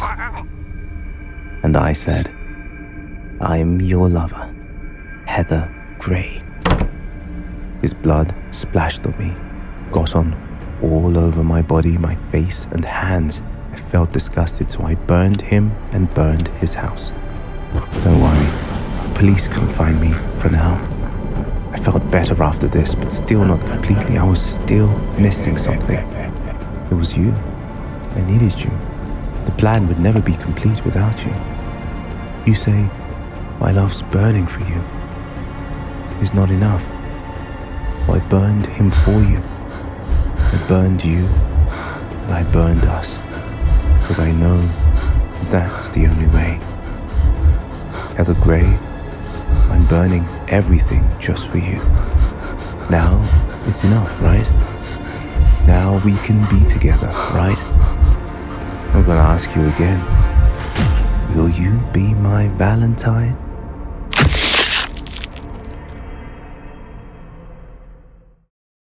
A few years ago, I was in a bad place. My guardian had kicked me out after graduation. I was so worried since I couldn't afford a place to stay at the time. A friend noticed and offered a place for me, since he has an empty room at home. I agreed. Looking back now, I wish I had just stayed in the street. He is a lovable guy, so his friends come to hang out often. Over time, they started to stay with us for longer periods of time, sometimes weeks. His friends were another group of brothers named Joe and Will. The big brother, Joe, is such a nice guy, while the younger one, Will, had a list of mental problems. He believed in the occult and anything of that sort. He would often look me in the eyes and tell me he could see how I would die. Once he even told me that I was possessed by a demon and I needed my soul cleansed. I never really believed in that stuff. Obviously, I was always looking over my shoulder and locking the door of my room. However, I forgot once. It was the day I had my night shift. I was so exhausted that I went to bed right after I got home. About 2 hours later, I suddenly felt something wet on my face. I tried to ignore it and convinced myself it was just a dream. After a while, I felt the wind blowing strongly against my face from nowhere. Feeling itchy, I opened my eyes to check time. The view made me tremble inside. It was Will. He was putting his face very close to mine, his face going wild and crazy. Turns out what I thought was a dream earlier was his drool and breath. I jumped up and pushed him hard. "What the hell is wrong with you?" His body shook like crazy. He couldn't stop muttering, "Demon, demon, demon." The next morning, I told everyone about that. They all knew he had these problems, but he was their friend. They helped him through the hard times and gave him a place to stay. Otherwise, he would be on the streets. I was always on guard around him after the things did to me. No one else seemed to be as concerned as I was. They should have been. One day I was sleeping and my phone rang. It was my boss. He asked if I could come into work an hour early. It was only 12 p.m. I was broke and needed to save money to get out of this house as soon as possible, so I said yes. I walked out into the living room to see my friend Joe sitting on the couch, while Will sat on the floor by the TV. I said goodbye and left for work. It was 5 p.m. when my shift at work was almost complete. When I was about to leave, a policeman approached me. "Hi, this is the police. Something happened at your apartment today and we need your support." I had assumed one of the brothers had been arrested for something illegal, but I was very wrong. The officer then informed me that Will had stabbed and killed his brother and my friend at around 1 p.m. I was shocked. I had just left the house an hour before it happened, and everything seemed fine. Our apartment was a crime scene, so I went to another friend's house to watch the news reports since the police wouldn't give me any information on the case. Over the next couple of days, the information began to be released. Will hadn't just stabbed Joe once, not twice, but over and over, and nearly decapitated the bodies. And my poor friend, he tried so hard to escape from that manic, but unluckily, he was bleeding to death. Will was caught hiding in the bushes near where I worked. I watched the news report in horror. We had known he was unstable, but this? He hadn't confessed anything, but the police found his notebooks. He thought we were possessed by demons, and this was the only way to free us. And my name, it is put in the last, except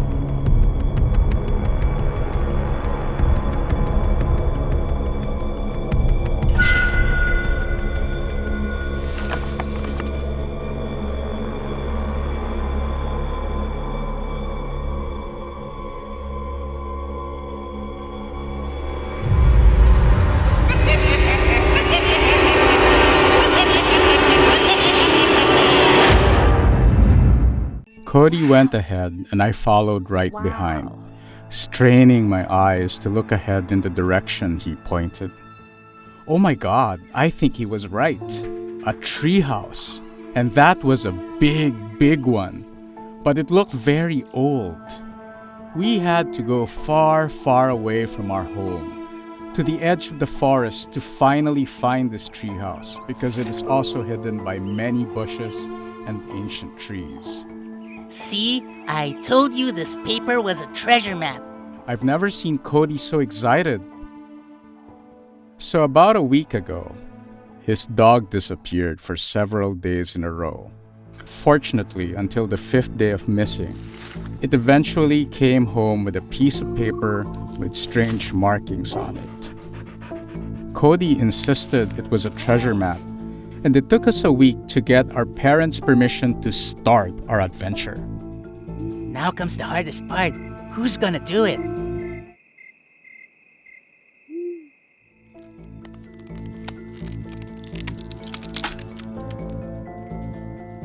Zoe, what does it look like? Oh, how should I describe it? Spiderwebs clung to the faraway ceiling, drifting in the weak breeze. There were no toys, no tents, and no fluffy pillows of all kinds. I don't think you'd like it up here. I hollered to Cody, and I noticed jam pouring everywhere over the mattress and on the floor. It seemed that Cody and I weren't the first ones to discover it. You know what's even more weird? In the middle of the house were clothes and all kinds of stuff. And I could see a part of the large cage hidden behind the mess. I sighed. And just imagining Cody's reaction when seeing this could make me frustrated. He must be very disappointed. At that moment, I heard Cody whispering my name, as if he was afraid anyone would overhear us. Zoe, we have to go. Well. Look who I found. Before I could react, I heard a man's voice coming from below. Is he the owner of this treehouse? God, if that's true, then Cody and I got in big trouble. While I didn't know what to do, I heard Cody reply, My dad's a cop. He's on his way back.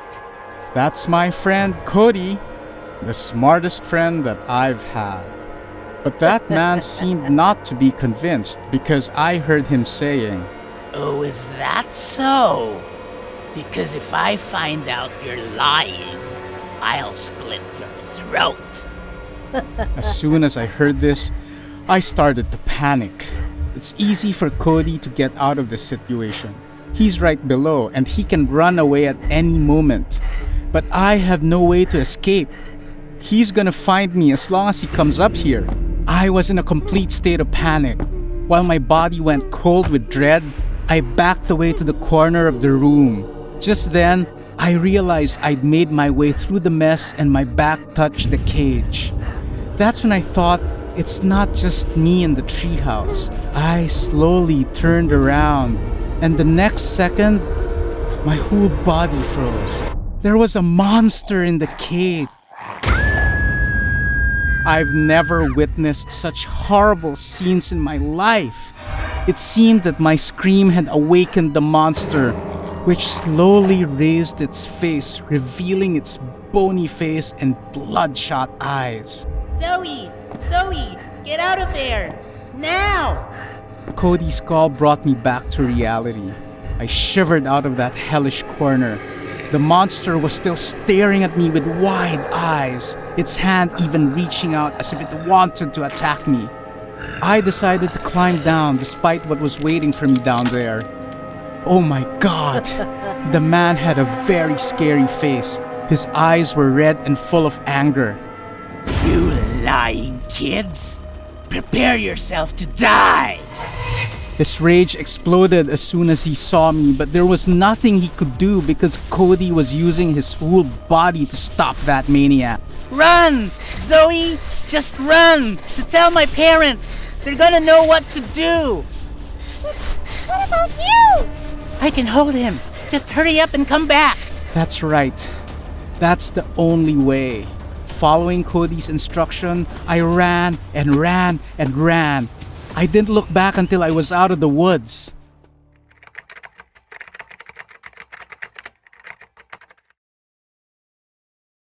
Took me more than 10 years to come back to this treehouse. I know Cody is gone, but somehow I feel like he's still staying around.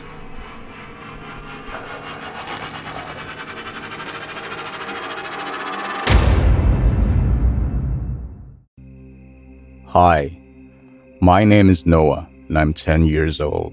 At this age, I'm supposed to hang out and party all day. Yet, my parents are a bit overprotective. They still hire a babysitter to watch me 24/7. Her name is Evelyn. This week, my parents are on vacation, so it's just me and Evelyn at home. Since my parents are not home, I have the whole house for myself. I've been laying down on this couch playing PS4 for what seems like hours. What? It's already 9 o'clock? It's strange. I don't even see Evelyn around. I still haven't had dinner yet. My stomach grumbles. Playing the game is more exhausting than I thought. Evelyn? I called out, but no one answered. Did she go out without me knowing?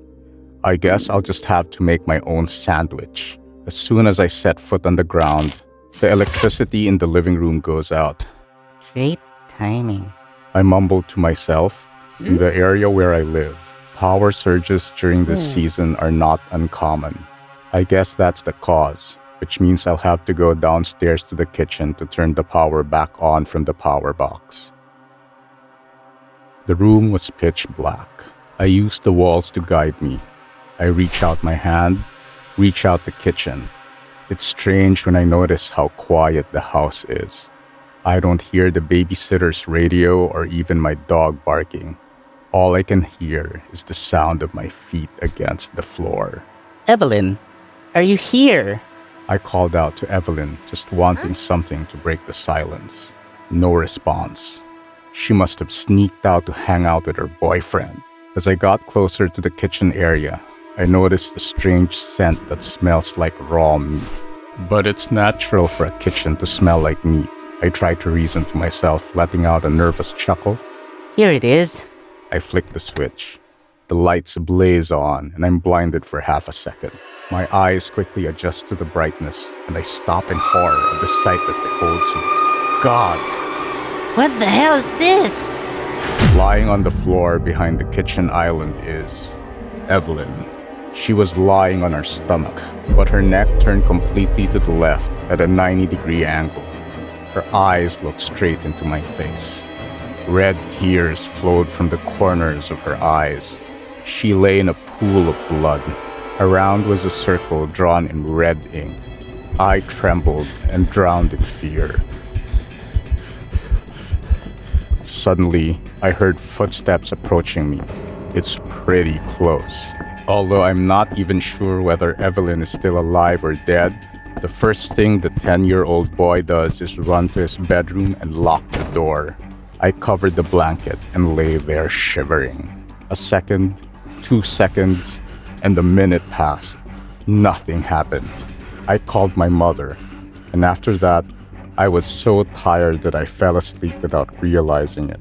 The sound of footsteps grew louder, louder, Someone opened the bedroom door. I woke up. Turns out it's just a nightmare. I heard the car engine outside the window, then the door opening. Mom is back with the police. In the end, all they found was a plugged-in PS4. The kitchen, the floor were empty. There was no sign of Evelyn or the circular bloodstains I described. I felt guilty, yet relieved. Maybe I was playing games for so long that I imagined that all. I apologized to my parents and went to my bedroom. As soon as the light came on, I was once again frozen. From the door, there's a set of bloody footprints that circle my bed, and then disappear under it.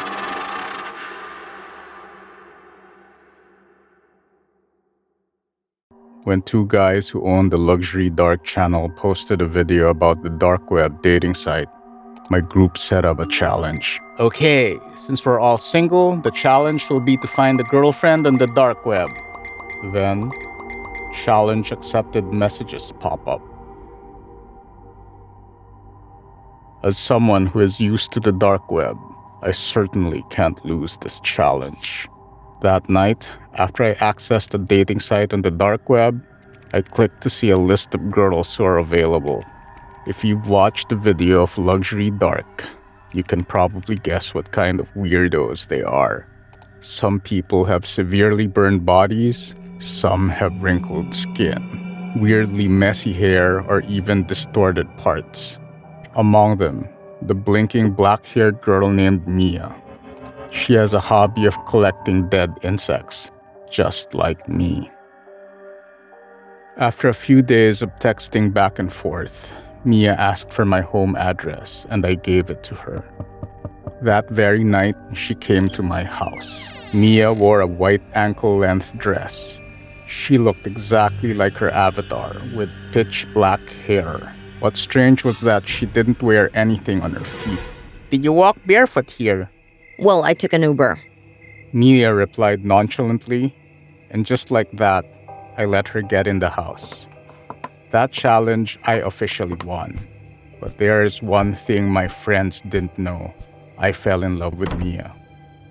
It didn't take long for Mia and I to officially live together. Living in the same house with Mia is wonderful. Everything was great in the beginning. We get along really well, and we've never had more than a brief argument. But then she started humming. It's so dumb, I know, but she's always whistling this weird song, like the kind of tune you'd hear in a horror movie. At first, I would just hear her humming it when she was showering. Even though I tried to ignore it, I couldn't. It got stuck in my head and it drove me a little crazy, just like the time when Adele's Easy on Me first came out. You know the type.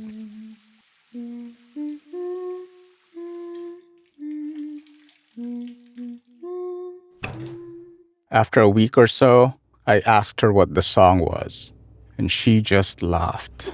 I'm wondering if maybe she came up with it on her own, especially when she started doing it more. One night while I was sleeping, I was woken up by that humming sound like a loudspeaker pounding right next to my ear. I thought I was dreaming, but no, I was wrong. I opened my eyes to see she was lying on her side, staring at me and humming that terrifying, scary song again. Jesus Christ, you scared me to death. In response, Mia remained silent, and suddenly she smiled. God, that smile didn't just stop at that grin, but it stretched and stretched until her lips reached her ears. What the hell? I shivered but couldn't move. Just like that, Mia, with her bloody mouth, bared her sharp teeth and came close to me. Just when I thought she was about to chew my head off, Mia stopped, returned to her senses, and went back to sleep like nothing happened. That night, I lay motionless in that position until morning, unable to close my eyes, and just kept my eyes on the ceiling. The next day, I came home late from work exhausted, partly because I couldn't sleep the night before. Mia was in the kitchen preparing food, and she just kept humming. Crazy bitch! I felt like I was blowing things out of proportion, but honestly, how hard is it to just not humming all the time? I told her to stop, but she just huffed and kept cooking. What do you mean? She said. It seemed that she wanted to start the fight. I lost my mind. I slapped Mia hard. Just then, she got freaked out. She told me she wasn't doing it and didn't know what my problem was. She called me crazy just because I was getting a little upset. And somehow that was all I could take. I grabbed one of the cast iron pans from the stove and swung it at her head as hard as I could. Mia fell over and smashed her head on the counter, falling to the ground. I think I hit her maybe 3 or 4 times. I don't remember, but I feel horrible. I couldn't believe I'd lost my temper like that, and I have no idea how I can fix this, regardless of how much she might have been provoking me. So if you ask me, never find the lovers on the dark web. But you know what the weird thing is? She's still freaking humming. 2 days have passed. Mia was still lying on the kitchen floor. The blood had dried. Her eyes were rolling back and her jaw was shattered into 100 pieces. But she didn't stop. I just need her to shut up. Just shut up. Shut up. It can get tiring to watch him go about his shenanigans in the pursuit of viral fame. Asking me to pick up things for him while he was traveling. To be honest, I was quite relieved since I didn't want to receive any more cheap view pranks from him. One evening I got home to find a big box waiting on his front porch. It was wrapped and glued very well along with the note, "Open the box right after you receive it." Damn it, I'm sure this is some kind of prank set up for me. I decided to drag the box over to my house to store it in the garage. I admit, I had trouble lifting the box on my own. It was really freaking heavy. I hadn't been to the garage for a long time, so I struggled for a while to pull it up. As I was trying my best to lift the box, I tripped over a ledge in the door.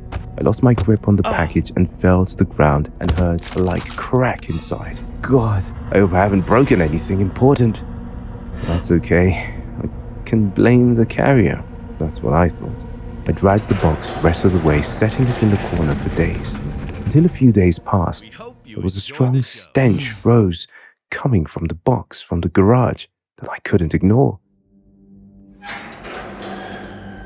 He ordered raw meat to gradually roast the mukbang or something. I covered my nose as I approached the box with a pair of scissors in my hands. Probably wouldn't even have needed them to open it, as it had become soggy enough at the bottom to poke through with a finger. I also prepared dozens of plastic bags to handle the pile of meat. But in the end, it turned out that I didn't need all of that.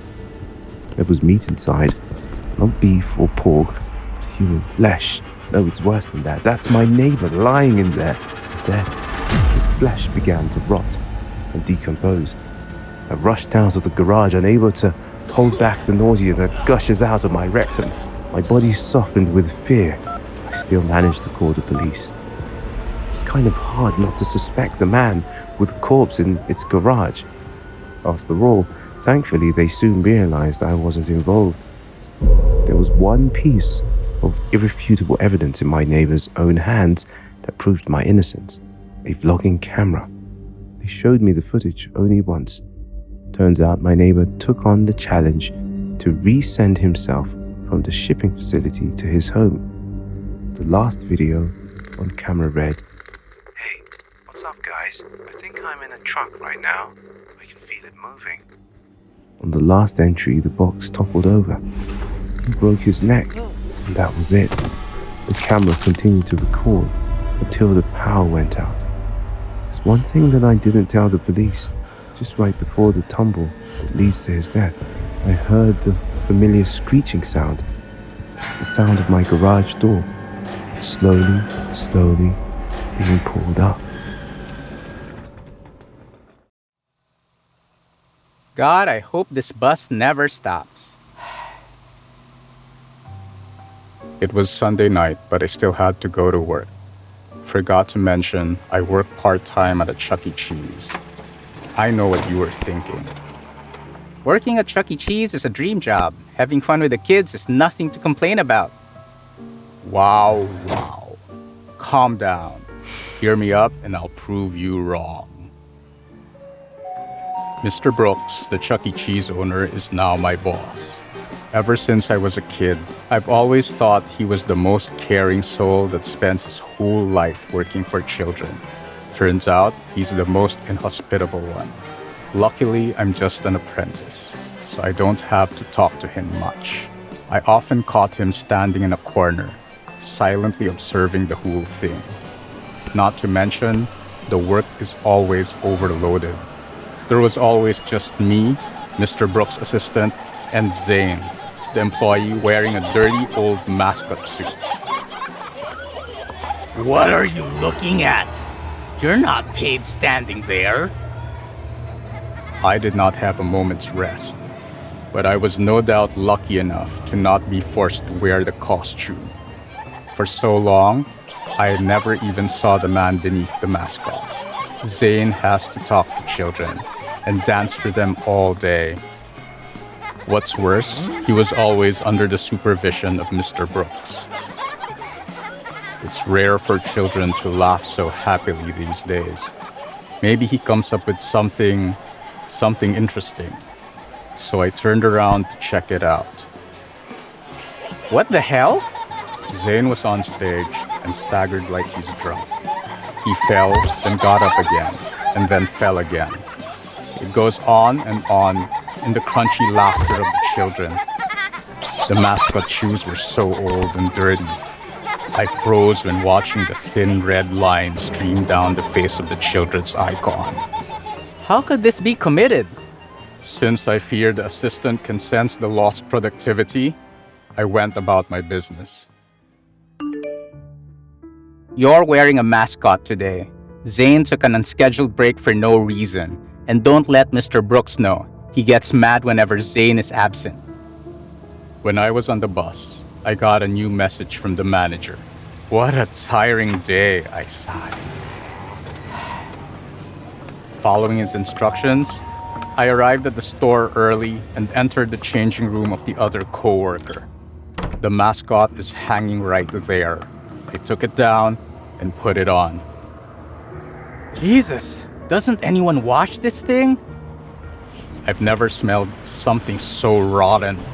The inside of the mascot was filthy and sticky. I'm sure it was sweat and all sorts of dirt coming from that coworker. Soon, the children arrived. I wasn't used to the job, so I just stood there bouncing around on stage and letting kids laugh at me. Thank God it's over. Hope Zane will show up tomorrow. Around 10 p.m., I turned back to the room to put the mascot off. But before I could do anything, a voice behind me made me startled.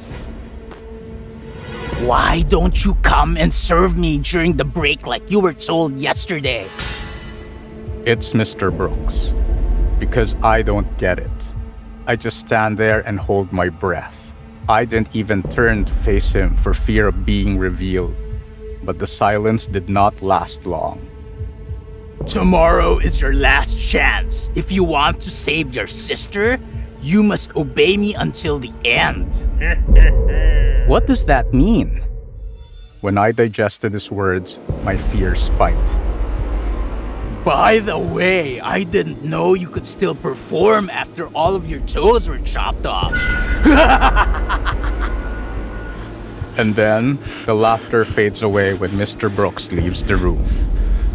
I then quickly stripped off the disgusting mascot and rushed to the bus stop to go home. That was the last time I showed up at Chuck E. Cheese. Mr. Brooks was in jail now, and Zane, the other employee, was nowhere to be found. To be honest, I really hope Zane and his sister are doing well.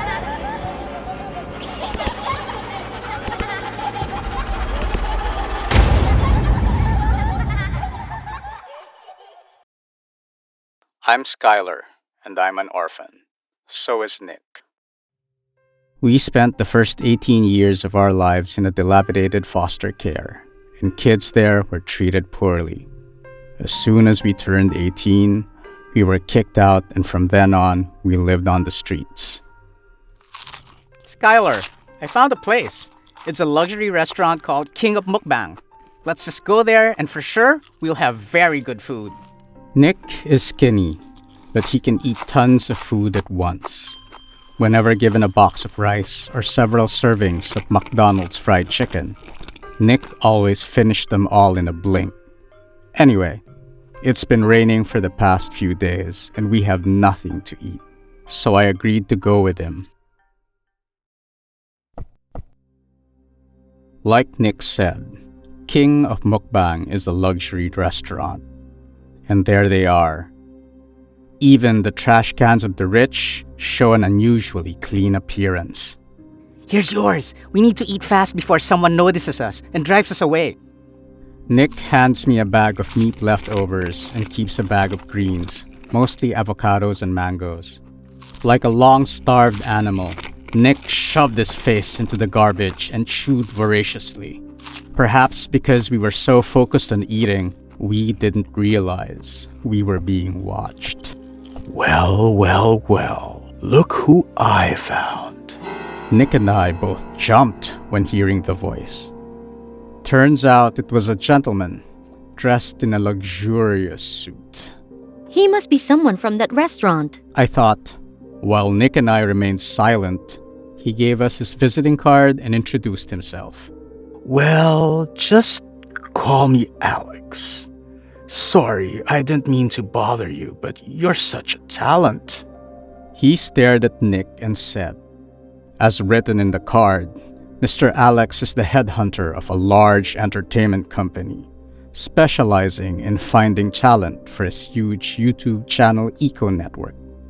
Nick was originally a shy, reserved person.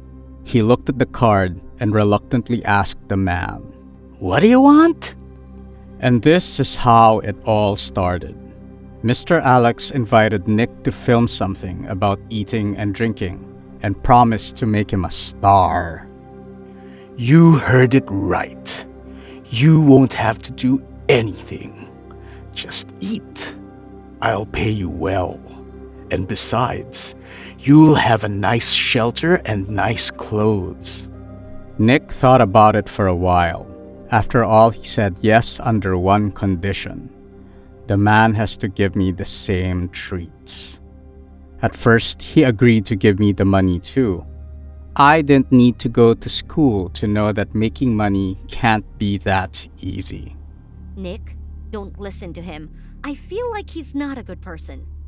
Nick knows we can't trust people, but this time, he insists. So what? At least you and I don't have to eat the trash. Then, he walked away with the man named Alex. If only Nick could see the monstrous smile on that man's face before he left. Mr. Alex has brought me money like he promised. I don't know how much money Nick made, but a month later, I had an apartment to stay in. I even had enough money to buy a laptop and an old phone. At first, Nick and I couldn't meet in person, but we still talked on the phone. You know what? I've never eaten that much food in my life.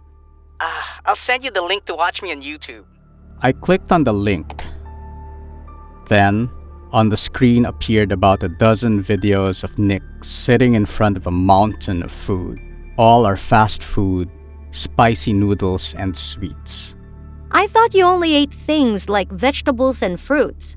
In response, Nick said, Yeah, but audiences don't want to see boring stuff like that. Besides, fast food is delicious as well. After a few months, Nick appeared more regularly on YouTube with the new title, The New King of Mukbang!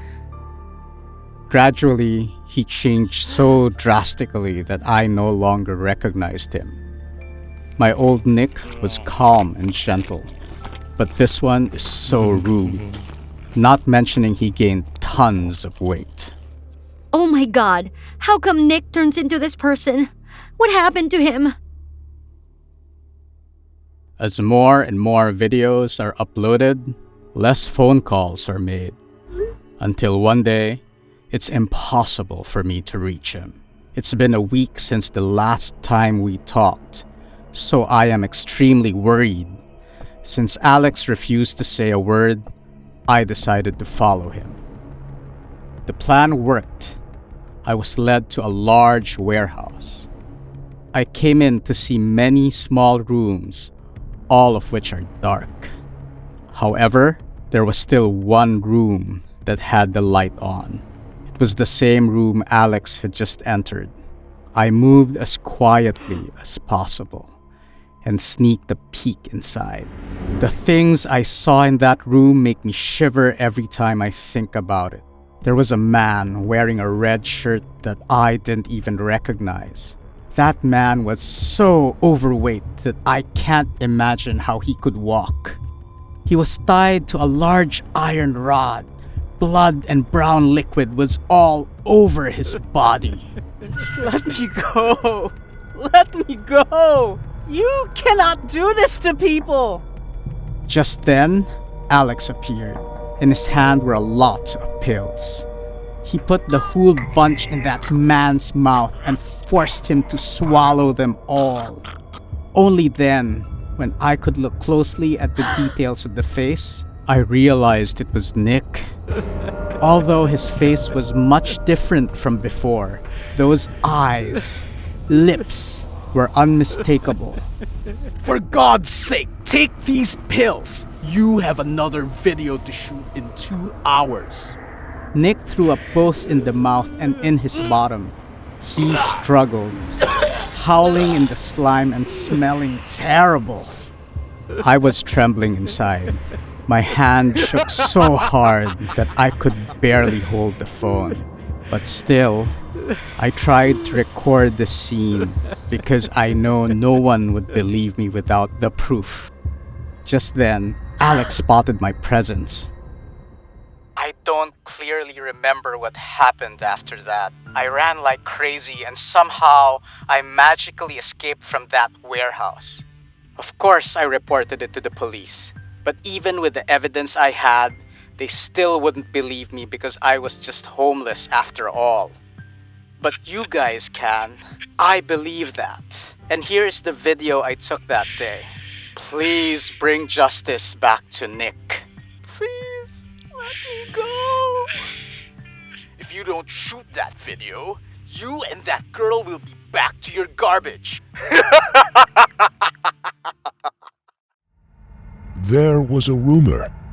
No matter what you do, or what your purpose is, never stay at a Chuck E. Cheese till the 5th night.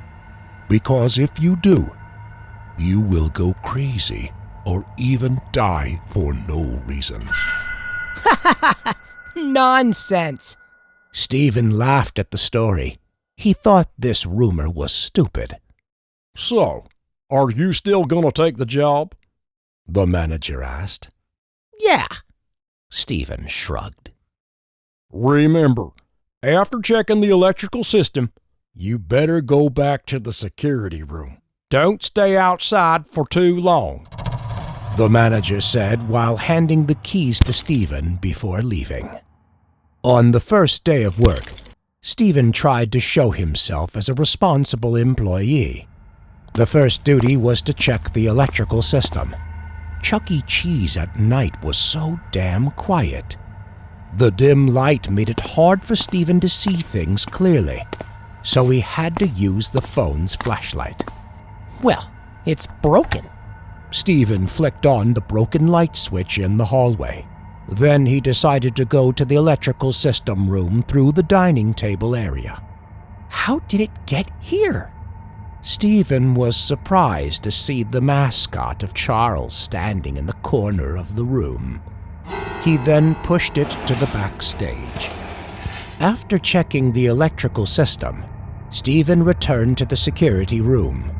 So boring. He leaned on the chair, sipping hot coffee and looking at the security camera. Here came the very first nuisance. What the hell? Steven noticed a guy in uniform sweeping the arcade. "Hey, it's late. Stop cleaning. You can do it tomorrow," Steven said over the microphone. But that man ignored his words. "Hey!" Steven lost his patience. "Damn it!" he said angrily and decided to walk over to the arcade. "Did you hear what I said?" he mumbled. But when Steven got there, the arcade was empty. There were only the game machines covered with dust in the corner. "Lucky for you." Steven went back to the monitoring room, thinking that the man had finished his job and left. This light work really bored Steven.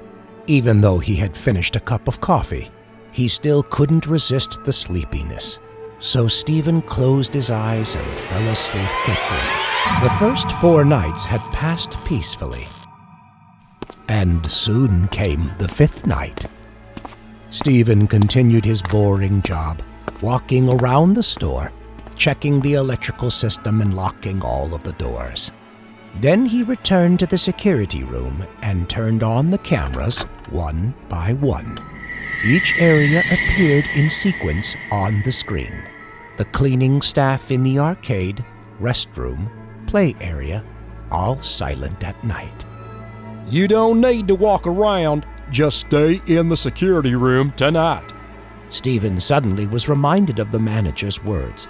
But he had been on duty for 4 nights in a row and didn't see anything dangerous. Steven thought while clicking to view the camera. Ah! Oh, shoot! Steven was startled when he saw Charles's face covering the entire screen. Who the hell did this? Steven angrily went to check the dressing room. But when he got there was no one in the dressing room. All animatronics were gone. What the hell? Steven returned to the stage to check, but there was nothing either. Hi, player! Are you ready for the fun night? Steven, startled, looked around. Hey, this isn't funny at all, he shouted. It's time for the hunt night! The room turned red with the deafening alarm bells ringing. Steven covered his ears. The sound hurt his head so badly. He quickly ran towards the door but was stopped by Charles the mouse, which held a bloody axe in its hand. Steven panicked and ran off to the other side. The dark corridor was lit by the dim flashlights. Steven ran in panic. The heavy footsteps with the evil laughter of Charles and the other mascots were right behind him. Ellen the chicken threw the axe but missed him. He kept running away.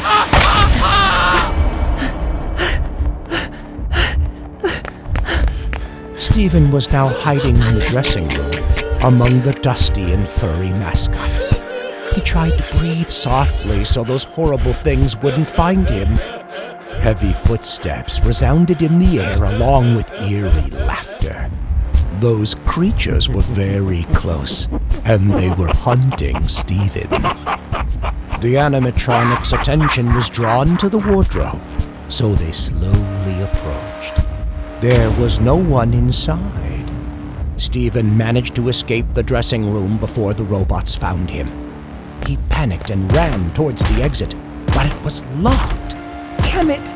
Steven ran to the security room again, but no matter how hard he tried, the door wouldn't open. No, please God, no! Steven muttered desperately. Steven kept running away, but this time the robots blocked all the aisles. They came closer and closer. While panicked Steven slowly stepped back, he suddenly hit something. That was Charles the mouse. No!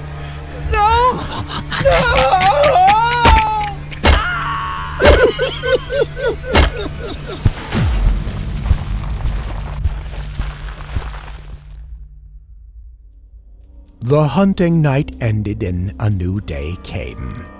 The mascots returned to the backstage, closing their eyes again as if nothing had happened.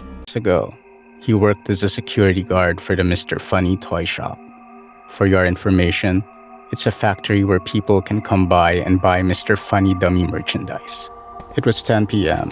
Tiki lazily swung his flashlight around, examining the stalls and entrances. His colleague, Joido, had an unexpected break 3 days ago, so Tiki had to cover this night shift.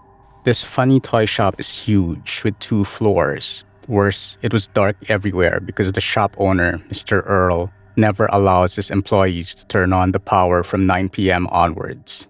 Tiki began to check the first floor, where there were many boxes of Mr. Funny dummy robots for sale. Oh my god, these toys are so creepy. Tiki got a shiver just by looking at these funny dummy robots. Suddenly, a loud noise startled Tiki. It seemed to come from the end of the row of stuffed animals. With a flashlight in his hand, Tiki slowly approached the place. He was so ready to confront an intruder. Yet there was no one, except a funny dummy toy that had fallen to the ground. Tiki was relieved. He picked up the bear and put it back on the shelf.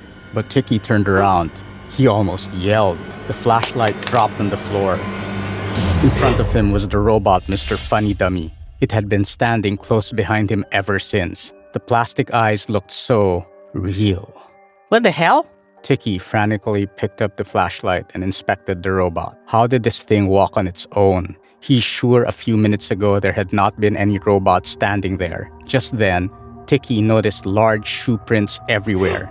It's when he realized there's someone else in the room. Following the footsteps, Tiki was led to the staff door.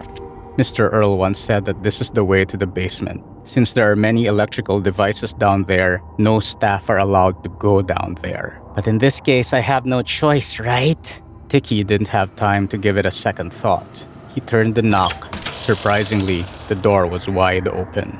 Tiki carefully stepped into the dark hallway to arrive at the basement. There were so many Mr. Funny Dummy down here. They're all dirty and sprawling. They must be defective goods, Tiki thought. They gave off a weird stench that made him nauseous. And as soon as Tiki saw the generator, a shadow ran past him. Who's that? Nobody answered. Tiki thought it might be a game of some kids. He turned on the power, determined to catch the intruder. Suddenly, from the upstairs came the sound of rushing footsteps and unceasing laughter. Tiki angrily leaves the basement. Welcoming him is, still, a dense darkness. When heading to the row of stuffed animals, Tiki noticed that Robot was gone. The fear spiked. Tiki knew he had to get out of the funny toy shop. But when he reached the entrance door, he was blocked by the robot from earlier. Tiki tried to calm down, but his throat tightened when he heard the laughter behind. Tiki turned around. In front of him now was a tall man wearing a suit and wearing a Mr. Funny Dummy's head. He was holding a sharp axe, slowly walking towards Tiki. I told you not to turn on the lights, didn't I? Saying that, the madman dashed forward and swung his axe down. Tiki tried to hide behind the stalls, but he soon found. He had no choice, but kept running while continuously dodging the axes that were almost cutting his head off. The killer rushed to Tiki's side, kicking him so hard. This time, he failed to dodge the axe and fell into the basement. The murderer was right behind him. There comes another slash. Luckily, it didn't take his life, but severely injured his right hand. Tiki screamed in pain, gritted his teeth, and ran into the tunnel, searching in vain for a way to fight back or at least escape. He tripped over one of the dummies as he ran. As it fell, its head falling off to reveal a rotting corpse inside. In the dark, Tiki realized the security uniform. Welcome to my Mr. Funny Dummy playground. Do you like my work? The murderer laughing while slowly raising the axe. This is it, Tiki thought, and he closed his eyes tightly. The killers collapsed to the ground. Mr. Funny Dummy's head fell off. Oh God. Inside there was none other than Mr. Earl. Blood splashed all over his head. His eyes rolled back. He's struggling. Tiki's vision faded. He fainted from exhaustion and blood loss. It took Tiki a few days to wake up. At the hospital, he learned that the police had been investigating this case for nearly 3 months. Turns out Earl, the shop owner, loved simulating the Mr. Funny toy shop game. so he used the same tricks to murder 20 security guards at the store. Surprisingly, Joydo is an undercover cop who was stuffed into Mr. Funny Dummy in the basement. It took a lot of effort for Joydo to get out. After successfully escaping, he reported the evidence to his boss and promptly returned to the crime scene. That's when he caught Earl in the act and saved Tiki's life. The police also showed Tiki the pictures of Mr. Funny Dummy with the victim's name written on it. And the robot blocking his exit was labeled Tiki.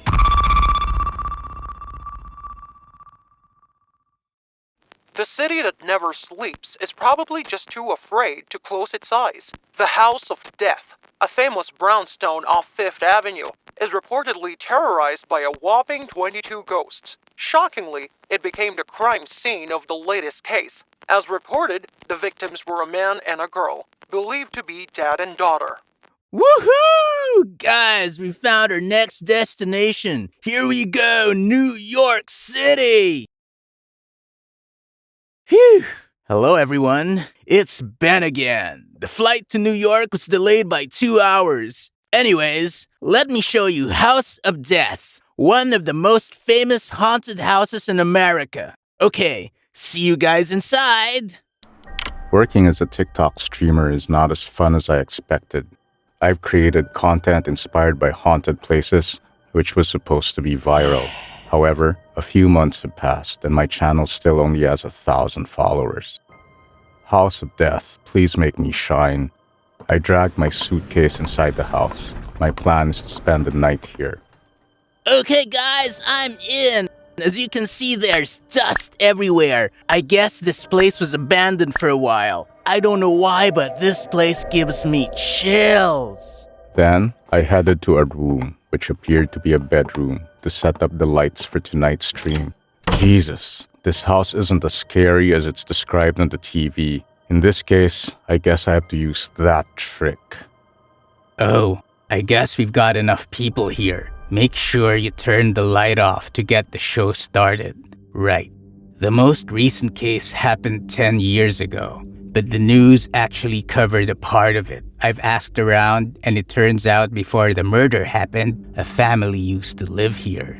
3 people, in fact. Yes, the news never mentioned the mother, right? From what I heard from the neighbors, that night, they heard the sound of a man screaming. The father? Yes.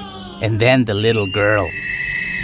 Police searched everywhere, but the mother was never found. And the murder weapon was an ice pick. So sure enough, I think the mother murdered her husband and daughter, then killed herself somewhere.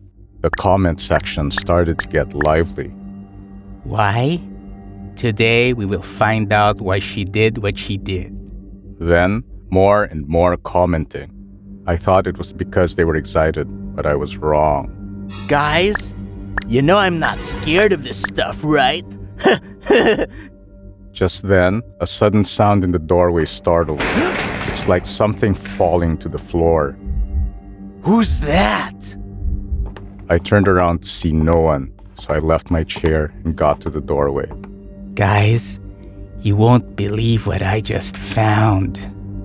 I tremblingly showed them what I had just picked up in the hallway. The ice pick. Okay, guys, it's time we cleared things up. While everyone was commenting on the ice pick, I set up my tools on the table. All you need is paper, 2 candles, a lighter, a needle, and a bit of blood from the person who's communicating with ghosts. I poked my thumb with a needle and squeezed it to get the blood out. Then, I put 2 straight red dots on the A4 paper. Below each dot, I wrote yes, no in red. Next, place 2 candles on top of the 2 dots and light the fire. I haven't tried this yet, so I don't know how effective it is.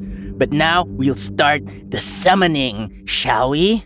The number of viewers is increasing, as well as my heart rate is increasing. Spirit? Spirit? Come here. Spirit? Spirit? Are you here? The screen is flooded with comments. Is there someone behind? I turned around, but there was no sign of anyone. You guys almost got me. I don't pay attention to the comments anymore and continue to summon the ghost. Spirit? Spirit? Spirit? Spirit? Are you here? Oh my god. Did you see that? The yes candle just flickered. This is really happening. Okay, I have to stay calm and ask questions. Spirit? You used to live here, right? Spirit? You're 20 years older, right? So maybe I'm talking to the murdered daughter. I'll keep asking the question. Spirit, were you murdered in this house? Guys, I've got goosebumps, but I still have to ask the important question. Spirit, you were murdered by your mother, right?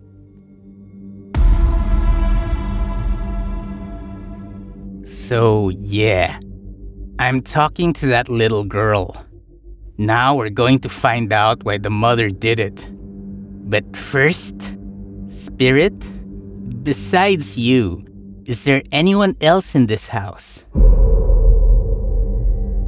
And that is your mother? It's her! She's in this house! Suddenly, the light flickered like crazy. Jesus, this damn house gave me a stroke of fear. But in return, the number of viewers is higher than ever. What's wrong with everyone? Stop teasing me! There's no one behind! Okay, I'll go check.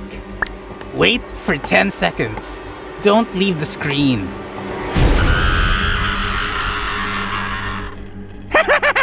I got you! So this is a prank as a special gift to 1K followers. Thank you all for supporting me the whole time.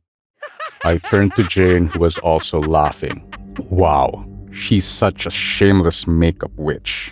Even though I knew it was all fake, her makeup was so scary that I didn't dare look her straight in the eye. Come on, Ben. You have to get used to this. Don't forget to pay me as you promised. I couldn't focus on Jane's words. All I notice now is the empty table. Jane, did you hide the ice pick? I've just left it right here. Jane looked at me bewildered. Just then, her face turned painful. Blood splashed everywhere. Oh my god! Her eye was stabbed by an ice pick from behind. I have to get out of here.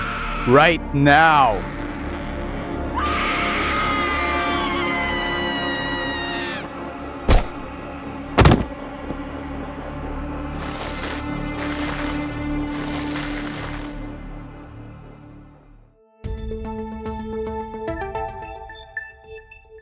Receiving calls from viewers of a TikTok streaming video, the police rushed to the crime scene, known as House of Death.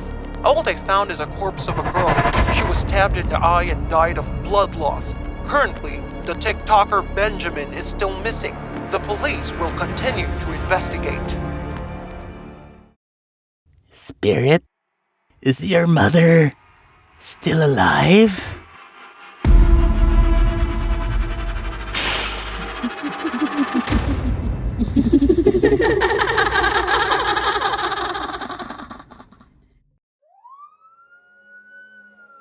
When I was a kid, I used to love playing games, especially Minecraft. I never knew that one day Minecraft would ruin my entire life. This story happened 10 years ago, when I was only 15. No, it must be him! It must be him! It must be him! My brother is the one who brought Minecraft to my life, and since we were extremely close, he left his PC at home after moving to college. That night, my parents went to visit my grandmother, so I stayed home alone and played Minecraft with my two best friends, Kai and Evan. Evan and Kai were inviting me to play survival mode. That's strange. I don't want to play this mode because joining unknown servers holds its own risk. But in the end, I joined them anyway. A few minutes later, Kai sent me the link. I clicked in immediately and was led to a large room with 10 other gamers. Oh, Kai and Evan are here. For some reason, I felt relieved when I saw my friends. The game began, and we spread out in different directions. I started building a shelter while Kai and Devin gathered stones for a furnace. Everyone was doing their gameplay except one player. This guy named his character First Creeper, and he didn't do anything. He just stood like a statue right next to me and just followed me around. When I moved, he moved. When I stopped, he stopped. Who the hell is this? I was feeling irritated, so I asked in the chat box, "Guys, who is the First Creeper? That freak just follows me without doing anything. Must be some pathetic guy, I guess." I don't give a shit. Just get back to the game. I didn't know if that guy could read it, but when I went back to the game screen, First Creeper disappeared. We played Minecraft for hours.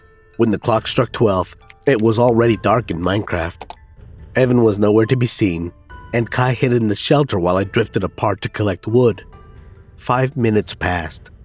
I started to run in the direction of the shelter because I was scared of the zombies. I kept running, but strangely enough, I couldn't find the shelter. Am I lost? So I texted in the chat, "Kai, Evan, you there?" But no one answered, so I texted them again. "Did you guys leave me alone?" A new message popped up, but instead of Kai or Evan, that First Creeper guy replied, "You're not alone." I shivered and checked at the game screen immediately, but still found myself standing alone. So I went back to the chat. Only then did I find out that everyone was either dead or out of the game, except for the three of us and this First Creeper guy. "Kai? Evan? I know you guys are around. Answer me." Still, my friends didn't reply. "Don't search for them. It's useless. I've already killed them all." I thought this was a joke because apparently Kai and Devin were still alive. Just right then, I noticed on the chat box to see Kai died, then Evan. See? And now, I just need to kill you, and the game will be over. At this point, I got so frustrated that I couldn't ignore this guy. "Then where the hell are you, First Creeper?" And he said, "I'm after you." Believe it or not, his answer gave me goosebumps. My heart rate increased, so I turned back to check. The room was empty. There's no one but my cat lying on the bed licking her fur. I called Kai and Devin but got no answer. I didn't wait to listen to this crazy guy, so I quit the game. Phew, what a freak. I went to bed and called it a day. About an hour later, I was woken up by the buzzing phone. "Hello?" It was my brother. He almost shouted into the phone. "Are you at home?" I lazily replied, "Yeah, where else can I go at this hour?" For some unknown reason, he was silent for a moment. Then he said in a shaky voice, "Then why did the alarm go off?" "There's no sound of the alarm going off. What are you saying?" Then he paused as if to reassure me, saying, "You need to hide. I just got notified. Someone broke into our house." I was in a complete state of panic. God, is that the First Creeper name from earlier? How could he find my address? Did he track my IP? Did he come here to kill me to win the game? At that moment, I could hear heavy footsteps rushing towards the door of my room. I sprung out of bed. In my room, there's nowhere to hide. I frantically dialed 911. I could hear someone pass through the toilet, my parents' room, and stop in front of my door. With no other choice, I grabbed my baseball bat and hid behind the door. "Please don't come in. Please don't come in. Please don't come in." I stood there and prayed, but then the door burst open. I held my breath and stood as still as a statue. Whoever he was, he just stood there for a while. Apparently seeing no one, he slowly closed the door. But suddenly, my cat made a sound and pointed her head to where I was hiding. "This is it." I can feel the door opening again. And he slowly poked his head inside. Just a little more. A little more. God, his head is so green. It's the First Creeper guy in Minecraft. Ah! Like an animal, I grabbed a baseball bat and hit him on the head with all my might. I don't remember how many times I hit him, but I saw that guy fall down. Blood was flowing from his body, splattering everywhere. Huff! Ha! Huff! Ha! Ha! I'm the winner! It took me a while to calm down, but God, that guy didn't seem to be the first creeper. He looked more like a person wearing casual clothes, but wearing the mask of the character. I peeled off the mask off the first creeper. Lying in the middle of a pool of blood was an 18-year-old young man, glaring his dead eyes at me. Half his head was almost crushed. Brother?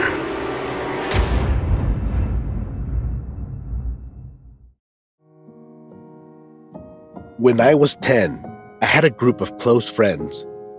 Besides me, there were 3 other kids named Flicks, Jack, and Adrian. Remind you, I was a hyperactive child and often played tricks. I remember everything like it was yesterday. On the radio, a mentally ill patient was reported to be hiding in my area, and my parents didn't allow me to play outside. Yet, I was too excited for the upcoming exploration with my friends, so I didn't care. It was a large old house that had been abandoned for a long time. It was fenced with barbed wire, and the large gate was locked. However, there was a small hole in the back wall that was close to the grass, so kids like us could get through. When the group gathered at the place, we crept into the house and started our favorite game, hide and seek. This house is a perfect place to play this game because it's large and has many different rooms. Rock, paper, scissors. Rock, paper, scissors. I was the seeker. I blindfolded and counted while my friends ran away. 98, 99, 100. It didn't take me long to get Felix and Adrian, but it's not the same when it comes to Jack. You're hiding so well today, ain't you? As my patience was running out, I suddenly saw someone's shadow run past. It must be Jack. He knew I was coming, so he ran away to find another place to hide. I quickly followed him. It's so weird, because as soon as I thought I'm about to get him, I lost track of him. He kept disappearing and reappearing in another corner, which made me so tired. I finally gave up. Okay, I give up. Go back and start a new game. Hearing that, Jack stopped, but he just stood still. It didn't take me long to get Felix and Adrian, but it's not the same when it comes to Jack. Then all 3 had to go around the house together and find him. It wasn't until a while later that Jack came out from the master bedroom. He scratched his head and said, "Sorry, I hid in the closet and fell asleep. It was too warm and dark in there." At that time, I just found out that the closet in the bedroom has a recessed drawer. If you don't pay attention, you won't see it. Don't lie, I gasped. For sure you have just chased me around. But Jack firmly denied. My friends also joined in teasing me, telling me not to scare them. But if the person I'm chasing isn't Jack, then who was it? Since my friends did not believe me, I insisted that they return to the house. I will prove that there's another kid in the house, I thought. So the next night, the group went to that abandoned house again. Today, I am still a seeker. I'm counting. 1, 2, 3, I said aloud. For some reason, the house seemed colder and darker than usual. This time, my voice was echoing through the walls. The footsteps of Jack, Adrian, and Flicks gradually faded away and disappeared. 98, 99, 100. I left the living room and started my gameplay. 10 minutes, 15 minutes passed, but strangely, I couldn't find anyone. Is there any chance at all they left the house? I thought irritably. I was about to leave when I saw a familiar shoe at the door of the laundry room. Those are Adrian's shoes.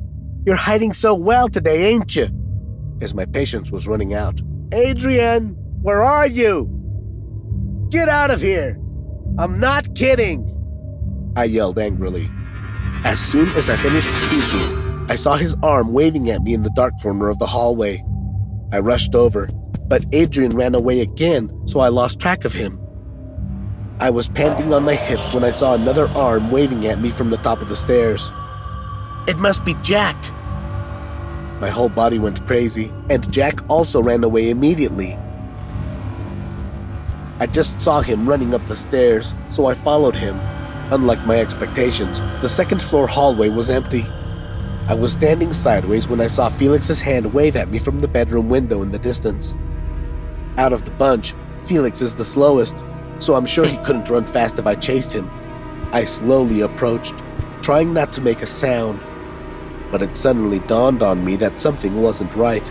This window was a bit too tall for Felix. Is he standing on a chair? I pressed my face against the window to peer inside. Suddenly, Felix's head popped out of the doorway, causing me to jump and fall to the ground. But his face was strange. His eyes, blankly terrified, staring at me without blinking. I could hear my heart pounding. Felix? I called. Felix pulled his head and arm out of the window, and then I heard footsteps coming out. Oh my God, that's not Felix. Before my panicked eyes was a child. He has the same size, just like us, but with a wrinkled and yellowed face. His whole body was covered in blood, and he was holding a sharp knife in his hand. He laughed while walking towards me. Oops, you found me. Now it's my turn to seek. Then he grinned at me and started counting. I froze in fear for a few seconds, then immediately got up and ran at full speed. I wanted to get out of this house as quickly as possible, but as soon as I reached the stairs, I began to hear the heavy footsteps chasing me. Suddenly, I remembered the secret closet that Jack had hidden before. I hurried into the bedroom and lay there holding my breath. I could hear the sounds of that monster scurrying everywhere looking for me. Finally, due to fatigue and lack of oxygen, I passed out. I woke up to see myself in the hospital. It turned out that my parents and the police had been looking for us all night, and that they had brought me to the hospital. But my friends weren't that lucky. They couldn't come back. Looks like they were all lured and murdered by the monster. Later on, I learned that he was the mental patient police were looking for. Since he was as short as a child, he got through the hole in the back wall and turned that into his temporary shelter. His favorite thing to do is play hide and seek with children and then kill them. The most terrible thing is, until now, the police still couldn't catch him.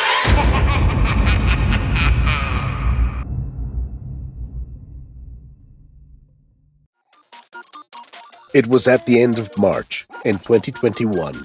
The Friday Night Funkins game was storming everywhere, and they started to make this game into an arcade game. Since Hannah and I were fans, we knew we couldn't miss this opportunity. Are you sure they have Friday Night Funkins? Once the car was off the highway, I grumbled to Hannah. She seemed really excited. We'll know soon. The place is in the middle of nowhere, so we won't have to queue. This amusement arcade is so remote that I hardly found it on my GPS. Besides, the road was so difficult that it took us nearly an hour to get there. It was around 5 p.m. when we arrived. I was pretty disappointed as it was not an amusement arcade like I imagined. It's just like an old warehouse that has been poorly refurbished. I told Hannah to leave, but instead she insisted. Come on, let's give it a try. At least we'll get free drinks. Hannah pointed to the poster in front of the door and smiled happily. Then we got in. What? Are you kidding me? I cried out in displeasure. The whole room had only a few arcade machines. The finest place of the room is the dance area designated specifically for Friday Night Funkins. They're all brand new and look like they've never been used. At that moment, a man in his 40s, who appeared to be the owner of the store, came out to greet us. Hello, you are the first to visit us. You can drink as much free Coke as you want. Hannah was so thirsty at this point. She finished in one blink, and then immediately started the Friday Night Funkins Dance Arcade. In terms of me, I didn't like this game as much as she did. If it weren't for the sake of pleasing Hannah, I wouldn't even be here. Anyway, I did not play games, nor drank the free Coke. I just stood there and watched her having fun. Hannah was so busy playing that she forgot the time. It wasn't until 10 p.m. that I managed to pull her out of that place. Are you getting even more obsessed? I dragged Hannah into the car and grumbled. She said nothing, but her face clearly showing irritation, anger, because I interrupted her gameplay. Due to busy exams, we couldn't go there for the next few days. I noticed that Hannah's face turned visibly pale. Therefore, as long as we finished the final exam, I took her there. This time, the shop owner still greeted us warmly and personally brought a tray of water for us. Just like last time, Hannah emptied one and climbed back onto the Friday Night Funkin' machine. Come on, don't just stand there like a statue. Then, I took a small sip and joined Hannah. However, not long after that, I started to feel ill. Abdominal pain, nausea suddenly came from nowhere. I rushed to the bathroom. Half an hour later, the situation was still not getting any better. I forgot my phone outside, so I tried calling outside. But Hannah must be playing, so she couldn't hear me. I had no choice but to stay there for hours. Due to the pain, I fell asleep without realizing it. I woke up feeling dizzy and bitter in my mouth. It was already dark outside. God, I couldn't believe my eyes. Hannah, she's still dancing like crazy. Her footsteps didn't seem to be tiring, even though her whole body was drenched in sweat. Her face was strangely pale. There were many free bottles of water around, all of which were empty. Hannah, you're dancing for the whole time? I screamed, my stomach still aching. Instead, Hannah ignored me. When I was about to pay, I ran into the old shopkeeper who was carrying another tray of fresh water. As soon as he heard that I was going to leave, his face changed drastically. He just stood there watching and looking at me with anger. I remember begging my friend, Hannah, let's go home. The shop owner scared the hell out of me. But not only did Hannah listen to me, she became extremely unreasonable. She whirled around in my direction and yelled, Don't you dare interrupt me again, you freaking psycho! Then she pushed me hard and I fell to the ground. Book an Uber by yourself. That night, I left her there and went home alone. After that day, I could not contact Hannah. Neither could her family and friends. Having a bad feeling, I went back to that amusement arcade. Oh, it's only been a few days, and this place has already crowded up considerably. The Friday Night Funkin' machine was full, and Hannah was nowhere to be seen. I sighed and went home. Weeks later, Hannah still didn't go to school. Her parents and the police went to look for Hannah, but strangely enough, the place seemed to have disappeared from the map. And just like that, my best friend disappeared. As time passed, I forgot about that event. Until yesterday, when I was surfing the dark web, I accidentally discovered some pictures posted by a hidden user. In the picture was an amusement arcade that was seemingly located in a remote place. Yet, it attracts unexpected visitors. My eyes fixed on the photo of the restaurant's poster. God, is that Hannah? My friend? I scrolled all the way down to the bottom and found a video attached.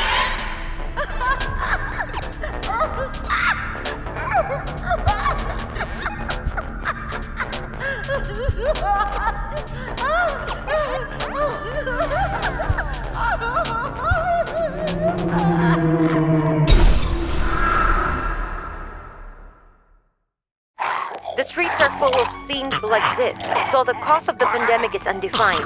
The victim seems to transform after being bitten. While the treatment is being made, please stay home and wait for rescue. Oh my god, it's coming! It's coming! Run! I'm a top student of a famous medical school. I spent most of the time studying with Mr. Drake at a lab.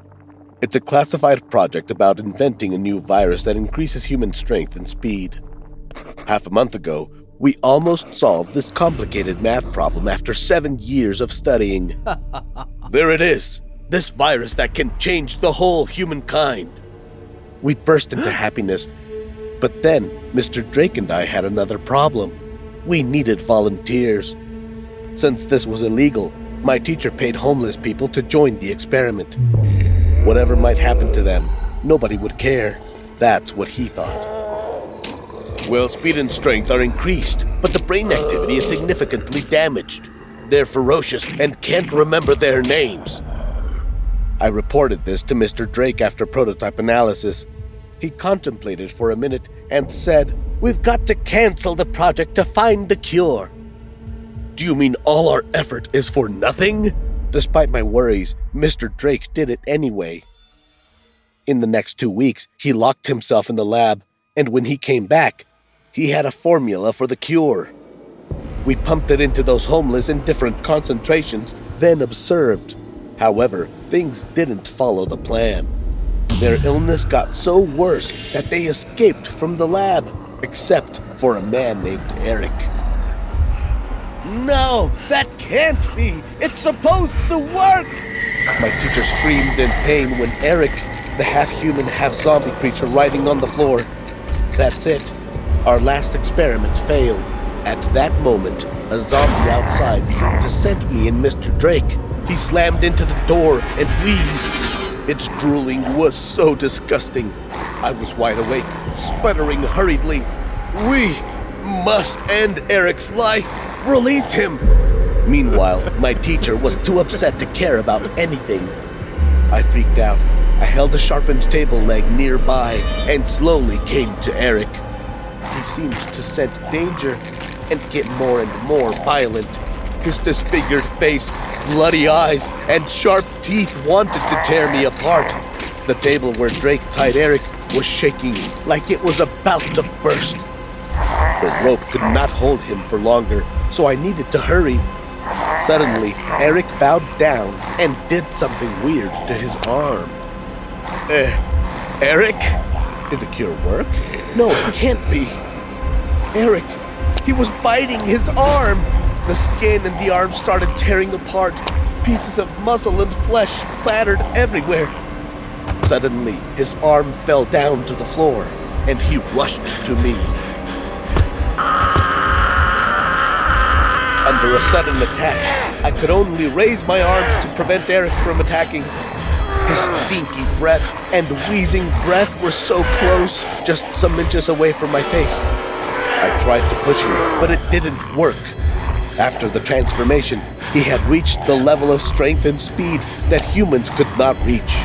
He was closer and closer, and I closed my eyes, nearly giving up. Suddenly, Eric fell down. Mr. Drake gave Eric a shot right to his head. He fell onto me. His brain splattered.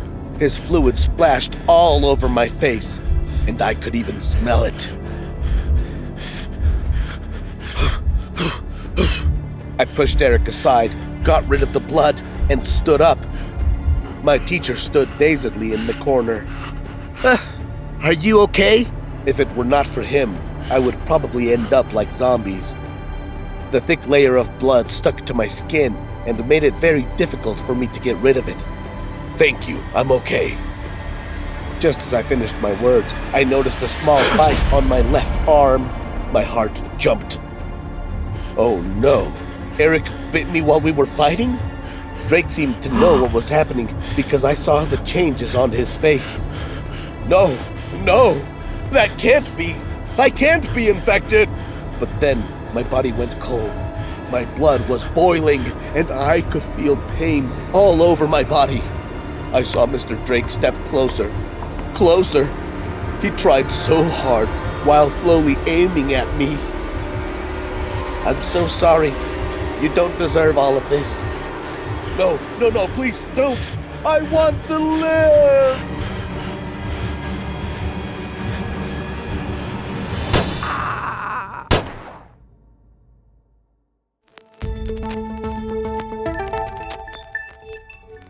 The authorities have taken things under control. As reported, the cause of the pandemic is from the lab of X University. However, when the defense team came, there was no life found.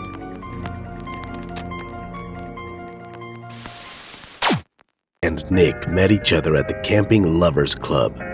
Since then, they have always been together.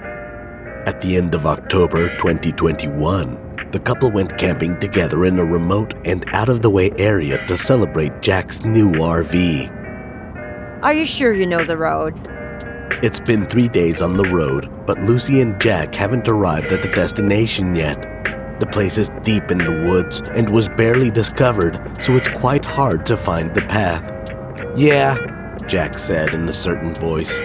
According to his plan, they would be there in 30 minutes. The luxuriant trees spread out almost to the middle of the lane.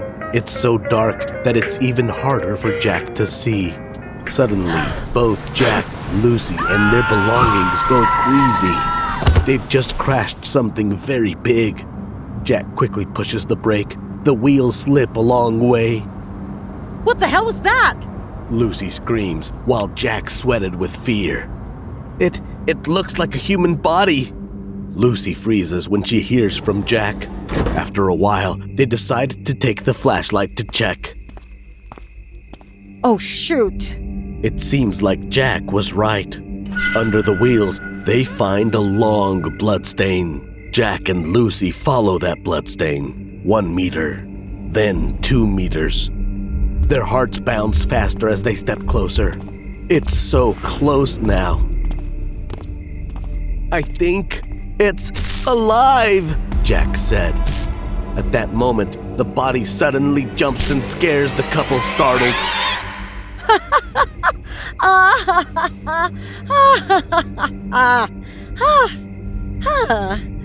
Lucy heaves a sigh of relief when she finds that the body is a deer, and so does Jack. For a moment, he has thought he would go to jail. Wait, this deer looks so strange. Lucy sits down to see the deer better.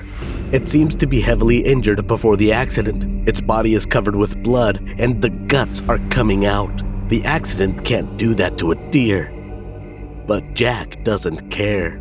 He hastily says, "Let's get back to the van. I can feel that we are almost there." Lucy listens to Jack, gets back to the van, and they start the van.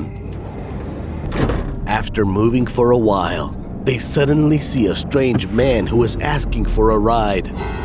Jack slows down the vehicle so that Lucy can see the man more clearly.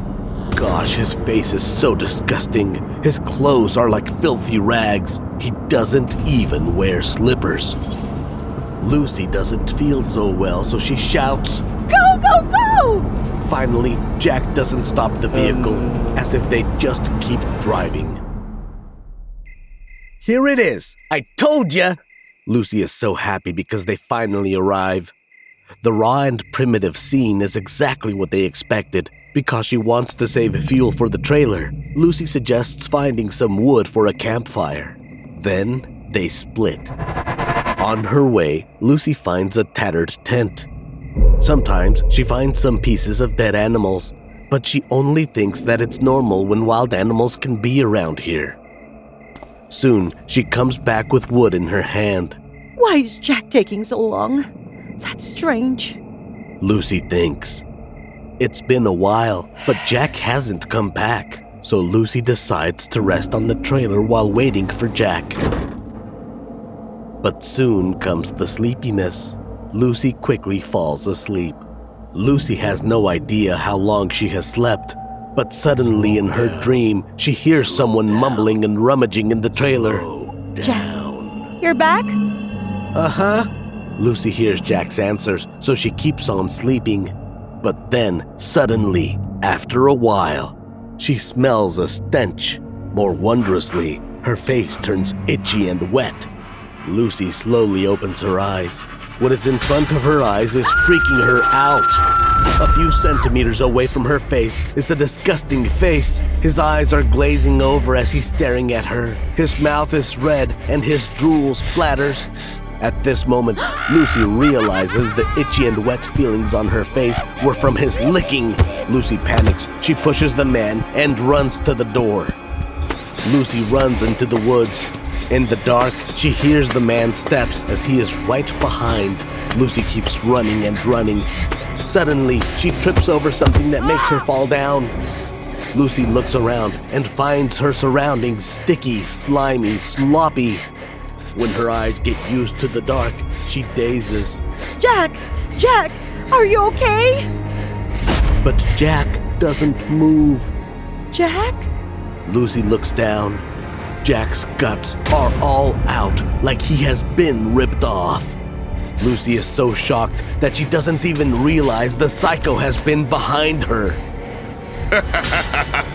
Join your friend. When she is hopeless, Lucy remembers the knife hanging on the side when she was picking the wood. So, as quickly as lightning, gets the knife and waves it around. Get off before I call the police! She seems to hurt the psycho because after that she hears him scream in pain. Then, all of a sudden, Lucy rushes to the RV, locks the door, and drives away. The RV runs on the road, quickly leaving the freaky area behind. Lucy's hands are shaking and her heart is pounding. Her head is full of questions. Who is that psycho? Why did he kill Jack? And at that moment, for no reason, Lucy recalls whispering in her dream. But this time, the sound is clearer than before. Slow down. Slow down. Slow down. Subconsciously, Lucy steps on the brakes, but the vehicle goes even faster.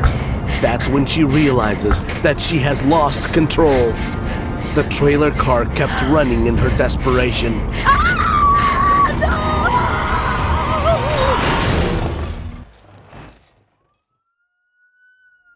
An overnight fire claims one life in Escambia County.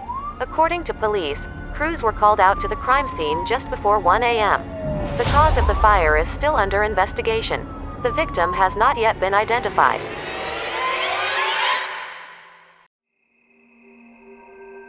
Being a student in a big city is so difficult. After all, I decided to move to a remote rural area. To earn money, I applied for a job at Wendy's. The interview was smooth. The job didn't require much since there weren't many people in the area. While taking me around the restaurant, Mr. Royce, the manager, suddenly said, one more thing. Do not ever come near the kitchen. I acknowledged that at the fast food restaurant, the kitchen was where they keep the secret recipe, so I totally agreed. Beside Mr. Royce, there was an employee named Lynn and a chef that I barely knew his name. Lynn wore the uniform, makeup, and a wig that looked just like Wendy. We didn't talk much. Lynn was odd. She often looked around and didn't make any sound. Moreover, the next day, after bringing food for the customer, she threw up right there on her feet. And she was slapped right at the spot by the manager. The next afternoon, I went to work late. When I came in, Lynn was leaning out, peeping at the room inside. Isn't that the kitchen? I thought. Lynn, what are you doing? She was startled as she heard my voice. Stained cups and bowls on her hands were dropped, making a loud sound. Jesus, are you okay? I felt so bad that I ran to her to help. But strangely, Lynn was so frightened that she couldn't control her body. She was shaking like she had a seizure. Then I pointed somewhere. I turned around and saw Mr. Royce. Hi, boss. Lynn doesn't seem so well, so I'm gonna help her clean up right now. Yet the manager got mad. He held her hair and shouted, "This fat rat! How dare you!" Lynn was shaking even worse. Her body was shivering, foaming at her mouth. No, no, no! As a witness, I didn't know what to do. At that moment, Royce turned to me and said, "You are late today, so your salary will be deducted." After that, I was sent home.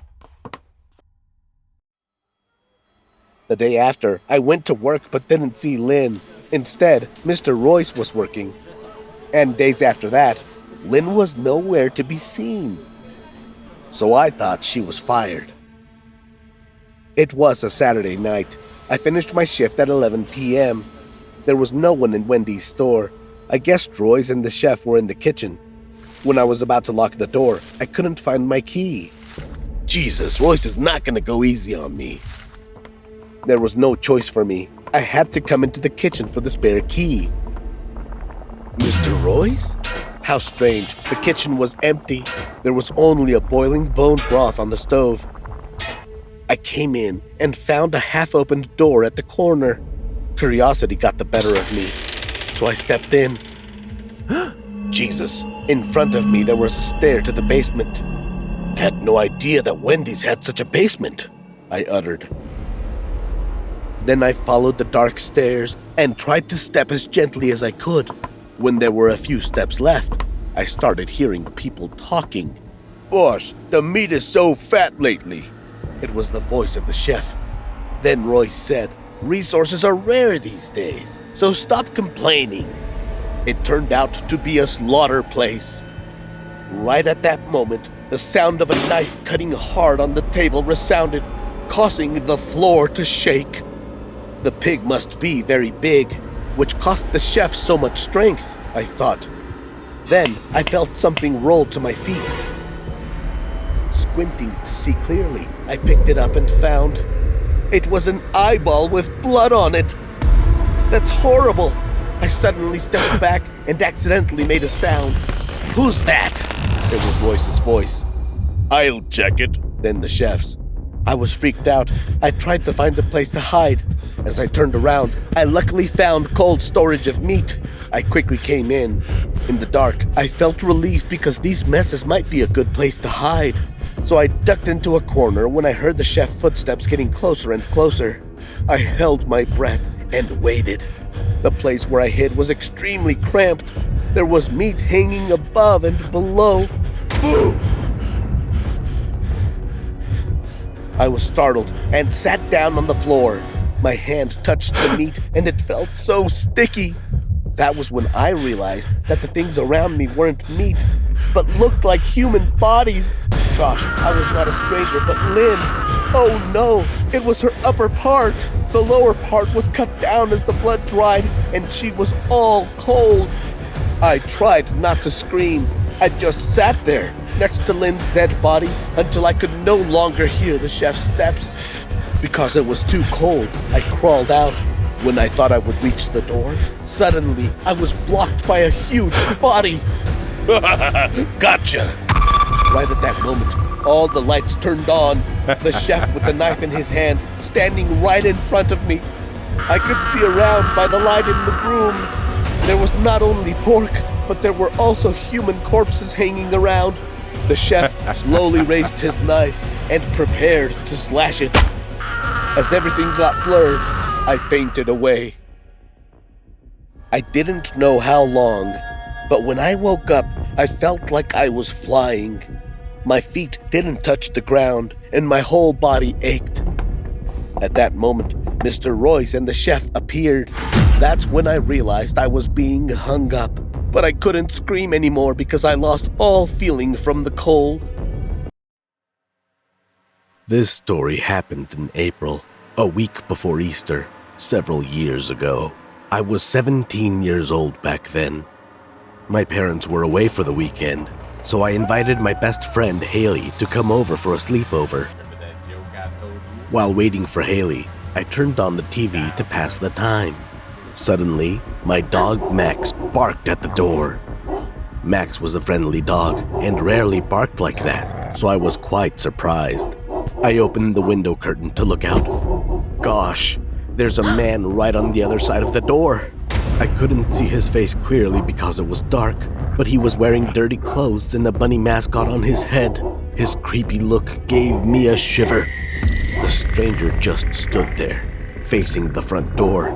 Then, suddenly, he turned his head towards the window. Only then, I realized that he was holding a sharp axe in his hand. Our eyes met. I was so scared that I quickly closed the curtain. Then, the pounding from the man as well as Max's bark got even more fierce. The doorknob was twisted repeatedly, but since I had already locked it, he couldn't do anything but leave. I was still shivering, hugging Max behind the door. Just a few minutes later, I heard a car drive into my block. Luckily, it was Haley. She seemed so calm, so I asked, "Did you meet anyone on the way home?" Haley didn't understand what happened and shook her head. When I told her about it, she burst out laughing and said, Haha, you're such a coward. Maybe it's some Easter freaks trying to tease you. Phew, maybe she was right. Haley brought a lot of snacks for the sleepover. We watched movies until late at night before going to bed. Before going to my room, I didn't forget to check the front door. Locked. But as soon as the TV was turned off, Haley turned to me. Shh. I listened. Gosh, the footsteps again. I looked at Haley, and she nodded, indicating she heard the same thing. The footsteps bounced from the back of the house. He's heading to the kitchen door. I trembled. Oh no. I was going to let Max out for a while and then lock the door. So I forgot. The kitchen door is not locked. Fast as lightning, the shadow of Bunny's head appeared in the window. And just like that, the knob was turned and the door was wide open. Run upstairs now! Go, go! As I was frozen with fear, Haley shouted. I held the phone and carried Max to the bedroom. Haley and the Easter freak were just a few steps away from me. My mind went blank. I dashed into the bedroom. When there was only the last step left, Haley tripped on the last step and fell to the ground. I was about to rush out when she jumped up and yelled, Lock the door! I'm going to your parents' room! I did as she said, latched the door, and also heard the door close from my parents' room. Trembling, I dialed 911. It's 911. What's your emergency? Please help us. There's a murderer. Then, I suppressed my fear and read the home address to the operator. But at that moment, I heard Haley's voiceless scream. Only then did I remember, in this house, only my bedroom door had a lock. I heard an axe hitting the floor and Haley screaming for help and crying and screaming, but my whole body stiffened, unable to move. And then, everything fell into an eerie stillness. I could even hear my heart pounding in my chest. I'm going to die. I'm going to die. No! The door to my room suddenly attacked. I accidentally turned on the speaker to hear. The police will be at your address in a minute. Try to hold out. The bunny man must have heard it too, because he stopped destroying the door. Then he turned his back and dragged the body of Haley, my poor friend, out of the house and disappeared in the dark. Even though I was the survivor, I had been traumatized for a long time, and that was why I ended up in a mental hospital. Good job, Lila. You are now eligible for hospital discharge. If you need anything, just contact us.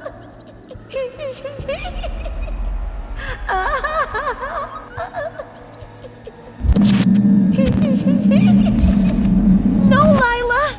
No, no, no, Lila!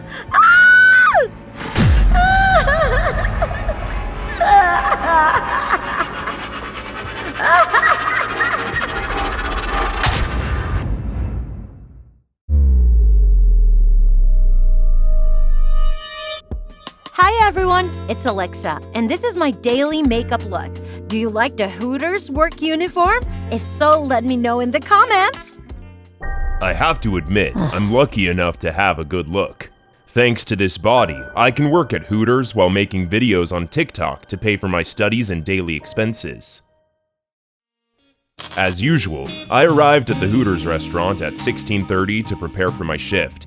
Recently, the media has been reporting on the unexplained disappearances of Hooters girls. Therefore, I avoid working the night shift for the sake of my safety. However, it's Saturday night and there's a girl off unexpectedly, so I have to take her place. Come on, Alexa, cheer up. Let's get $1,000 tonight. I talk to myself and start my work. I was so busy that I forgot about the missings. I run back and forth to write orders, carry things, clean, and sometimes even take photos with customers. Saturday night, huh? A beer for me, please. For your information, in Hooters, polite men who simply want to enjoy a drink like this are extremely rare. He introduces himself as Adam.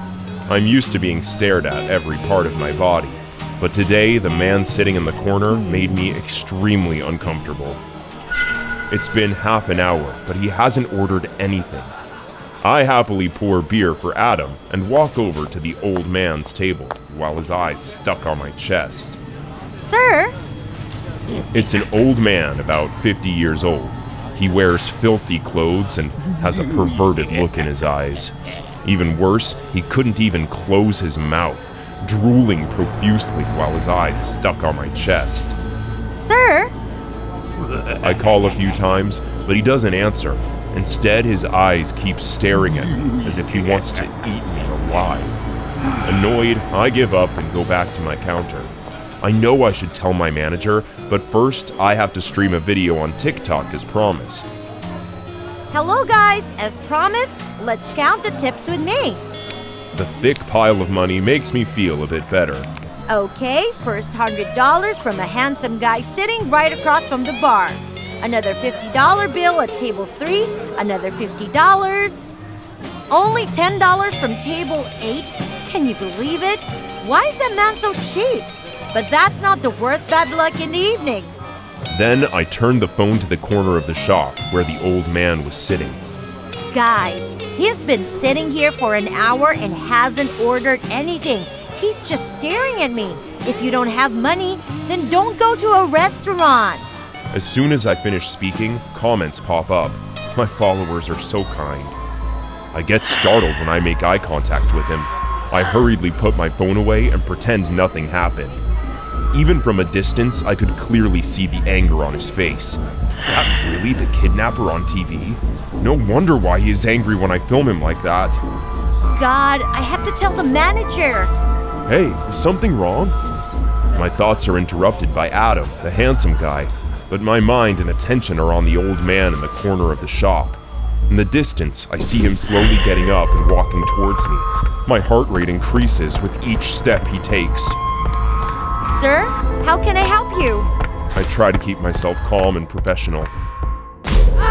You rat! How dare you film me? He slapped me, hard. My whole body trembles with pain and fear, but he doesn't care. Right after that, he grabs my neck and screams, "Where is that video? Delete it! Delete it!" Another punch lands on me, then 2, 3 more. Due to the shock, I can't even open my mouth to cry for help. My whole body gets numb and bleeding. Everyone gets up to film the scuffle, but no one stops the old man. Another fist is being raised, and I can do nothing but close my eyes. But a few seconds later, nothing happens. What are you doing? Let me go! Slowly opening my eyes, I see the old man being held by Adam. And like a hero, he pushes the old man to the floor. And that really works. He quickly runs away after throwing out a sentence that makes me shiver. Don't let me catch you. Because of the shuffle, the Hooters restaurant is closed earlier than usual. For fear of the perverted old man stalking me, Adam suggests that I should not go home alone. When the car has been running for a while, I ask him, Do you have any plans for tonight? "What do you mean?" Adam asks thoughtfully. I replied, Oh, I mean, what are you going to do after taking me home? But then, the smile on Adam's face changes. "Who says I will take you home?" I also think Adam has a crush on me, but I don't think he intends to go that far.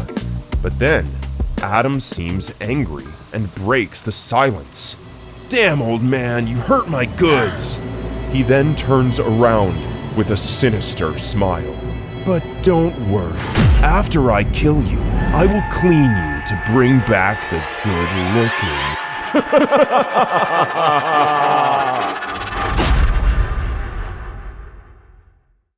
Students from using this social media. I repeat. What? This is the most shocking announcement to Emma. As a mini-influencer, Instagram is not the only place where she shows off her body, but also her most profitable means of making money. You know what?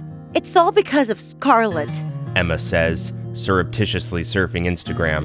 Mina looks at Emma's old posts. Those are photos of her, Emma, and other hot Instagrammers bullying Scarlett for fun. A few weeks later, Scarlett disappeared. People say she moved to another school. But strangely enough, Emma and Mina's famous Instagram friends are also missing for unknown reasons. But do you think those disappearances have anything to do with her? Emma clicks her tongue. She doesn't care. Emma and Mina are both obsessed with Instagram.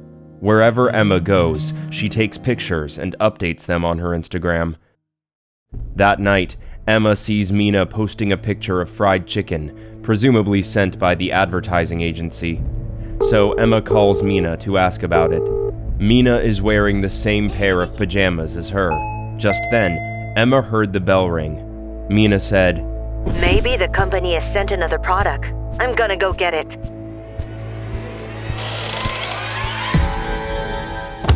A few minutes pass. Mina's not returning yet.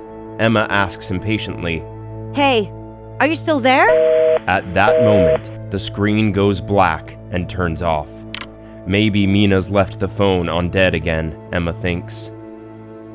The next day, Mina doesn't come to school. A few days later, Emma calls her, but there's no response. Did she go somewhere far away to shoot? Emma is a little worried. After John's algebra class again, Emma pulls out her phone to surf Instagram. With her hand bored, she takes a picture of Mr. John's lecture and posts it without caption. Math sucks. A few minutes later, her picture got 100 likes. That night, Emma goes to bed at 10 o'clock as usual. These days, she's been seeing a pickup truck appear across from her bedroom. Feeling unsettled, Emma tries to look inside, but no one seems to be there. So she decides to go to sleep and can't stop thinking about Mina. I'll go over her house tomorrow. When Emma wakes up in the middle of the night, it has been really dark. Jesus, it's so cold in here. She looks out the window. It has been open already. Did I forget to close the door? Annoyed, Emma reached into the bedside lamp to find the switch. Just then, she realized there's something off. The electric switch feels warm and strangely soft. Only now does Emma squint her eyes in the dark. She gets startled when she realizes that there's someone standing near the bed, staring dead at her. Emma panics and quickly withdraws her hand. She's pinched by the roofied cloth, slowly faints before making any sound. Revenge for Scarlett! Revenge for Scarlett! Revenge for Scarlett! Emma wakes up, finding herself in a room in the basement. Her head hurts like hell. She tries to regain her sanity. Gosh, a stench hits her nose, making her nauseous. She just realizes that all the walls are covered by her Instagram photos and her friends, including Mina. On the floor, there are piles of black, glossy bags tied to the top. Am I in Scarlett's shelter? Emma's shivered by her thought. At that moment, she hears the door open, and then the shadow of a man coming. God, that is Teacher John. He's still wearing his school uniform, his face and body covered in blood. Little rat, are you awake? Emma doesn't understand what's going on. She tries to get down until she's stopped by another pile of plastic bags. Go to hell, he says as he raises his sharp axe. Please, please forgive me. I won't tell anyone. Emma cries, panics, even though she doesn't understand anything. Emma plunges into the plastic bags and frantically hides. Teacher John, still holding the axe, slowly follows her. Teacher John strongly swings his axe down, but Emma dodges it. The plastic bag on the side pops open. Gosh, that's a leg on the fluid. Despite it being neatly cut, Emma still recognizes Mina's double pajamas. That's when she realized that she was lying on plastic bags of bodies. Emma's so scared and disgusted that she shivers. John's laughter rings out again. You just now realize that? Then the axe swings again, but this time she can no longer escape. Before she passes out, Emma sees Mr. John on his knees, holding a photo and crying. Scarlett, I'm sorry. I should have ended this sooner.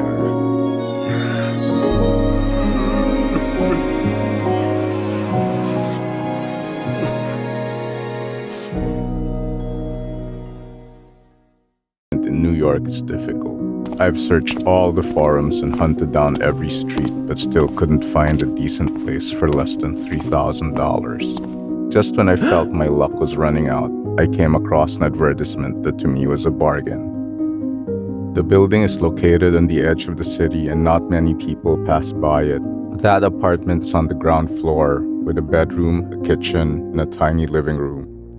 The only thing that I don't like about the apartment is the pile of weird furniture left by the previous owner. The curtains, lanterns, wall decorations, or even the sofa sets all look old and discolored. I once tried to sit on the leather chair, and to be honest, the feeling of it is so strange, cold and slippery. What's worse, they all smell like the disinfectant you could smell at the hospital. Is the previous owner a creep or something? When thinking about the workload and money I have to spend on redecorating the apartment. For the first few weeks, I simply put a mattress in the middle of the house to sleep since the moving process cost me a bundle. One day, I was so exhausted that I fell asleep immediately as soon as I laid down on my back. I don't know what time it was, but when I woke up, it was already dawn. My whole body was drenched in sweat. I was so weak that I couldn't feel my own breath. The nightmare was so real. I saw dozens, sometimes even countless dark figures with distorted, disgusting faces surrounding me. They clung to me. I was in a complete state of panic, yet I couldn't make a sound. What the heck was that? I thought it was all just a dream, but deep down, I know it's more than that. Whenever I lie down and am about to sleep, that dream comes back and haunts my night. The only way to get rid of it is keeping myself awake all the time. After 1 week, I felt like I had sleep paralysis. Sometimes, I see a disfigured woman in a white dress, always standing at the end of my bed. She kept squealing shrill screams and scratching herself. Sharp black fingernails continued to expose the flesh, and drops of blood dropped to the floor. The drops of blood are not the usual red color, but they are black and have a foul odor. Still, sweat broke out my body, but I couldn't move. Then, I noticed the woman pointing to the corner of the house. They repeated the action a few times before disappearing. What? There's nothing wrong with that house. The contract is clear. No rent refunds. After that, the owner hung up on the phone. So that's it. I can't get out of here soon. I decided to pour the rest of my money to eliminate the creepy vibe of this apartment. Room makeover is such a hard task. I had to move furniture all the way to the center, remove curtains, strip floors, and repaint walls, and so on. One evening, after peeling off the bedroom carpet, I discovered a broken piece of wood on the floor. So I carefully removed them, and I saw a small notebook with different names and dates. That looked so old and dirty. Curiosity got the best of me. I Google one of those names, and the results bring goosebumps to all over my body. A bunch of old news articles about a missing person popped up. The name and date of the disappearance of that person and all others perfectly match what's written in the notebook. Oh my god, what is it? I trembled with fear. Could it be the previous owner killed all of these people? I rushed out of that damn apartment and headed to the nearest police station I could find. The police then told me what I found might be the clue connecting the mysterious disappearances together. So they sent out the crime scene team. I was only allowed to stand outside the door when they investigated the house. Suddenly, I overheard one text saying, "Yup, it's human." Human? What's human? And here's what I got. Sir, have you thrown any furniture in this apartment? We need to collect all of them. When my brain processed the information, he continued, "The curtains, lanterns, and everything here are made of human skin. All were probably peeled off from the missing." I could feel nothing but blind terror. Could it be all those dark figures with terrible shapes were the missing people the police said? Could it be that girl in the white dress scares me every night was one of them? No. No. No. No.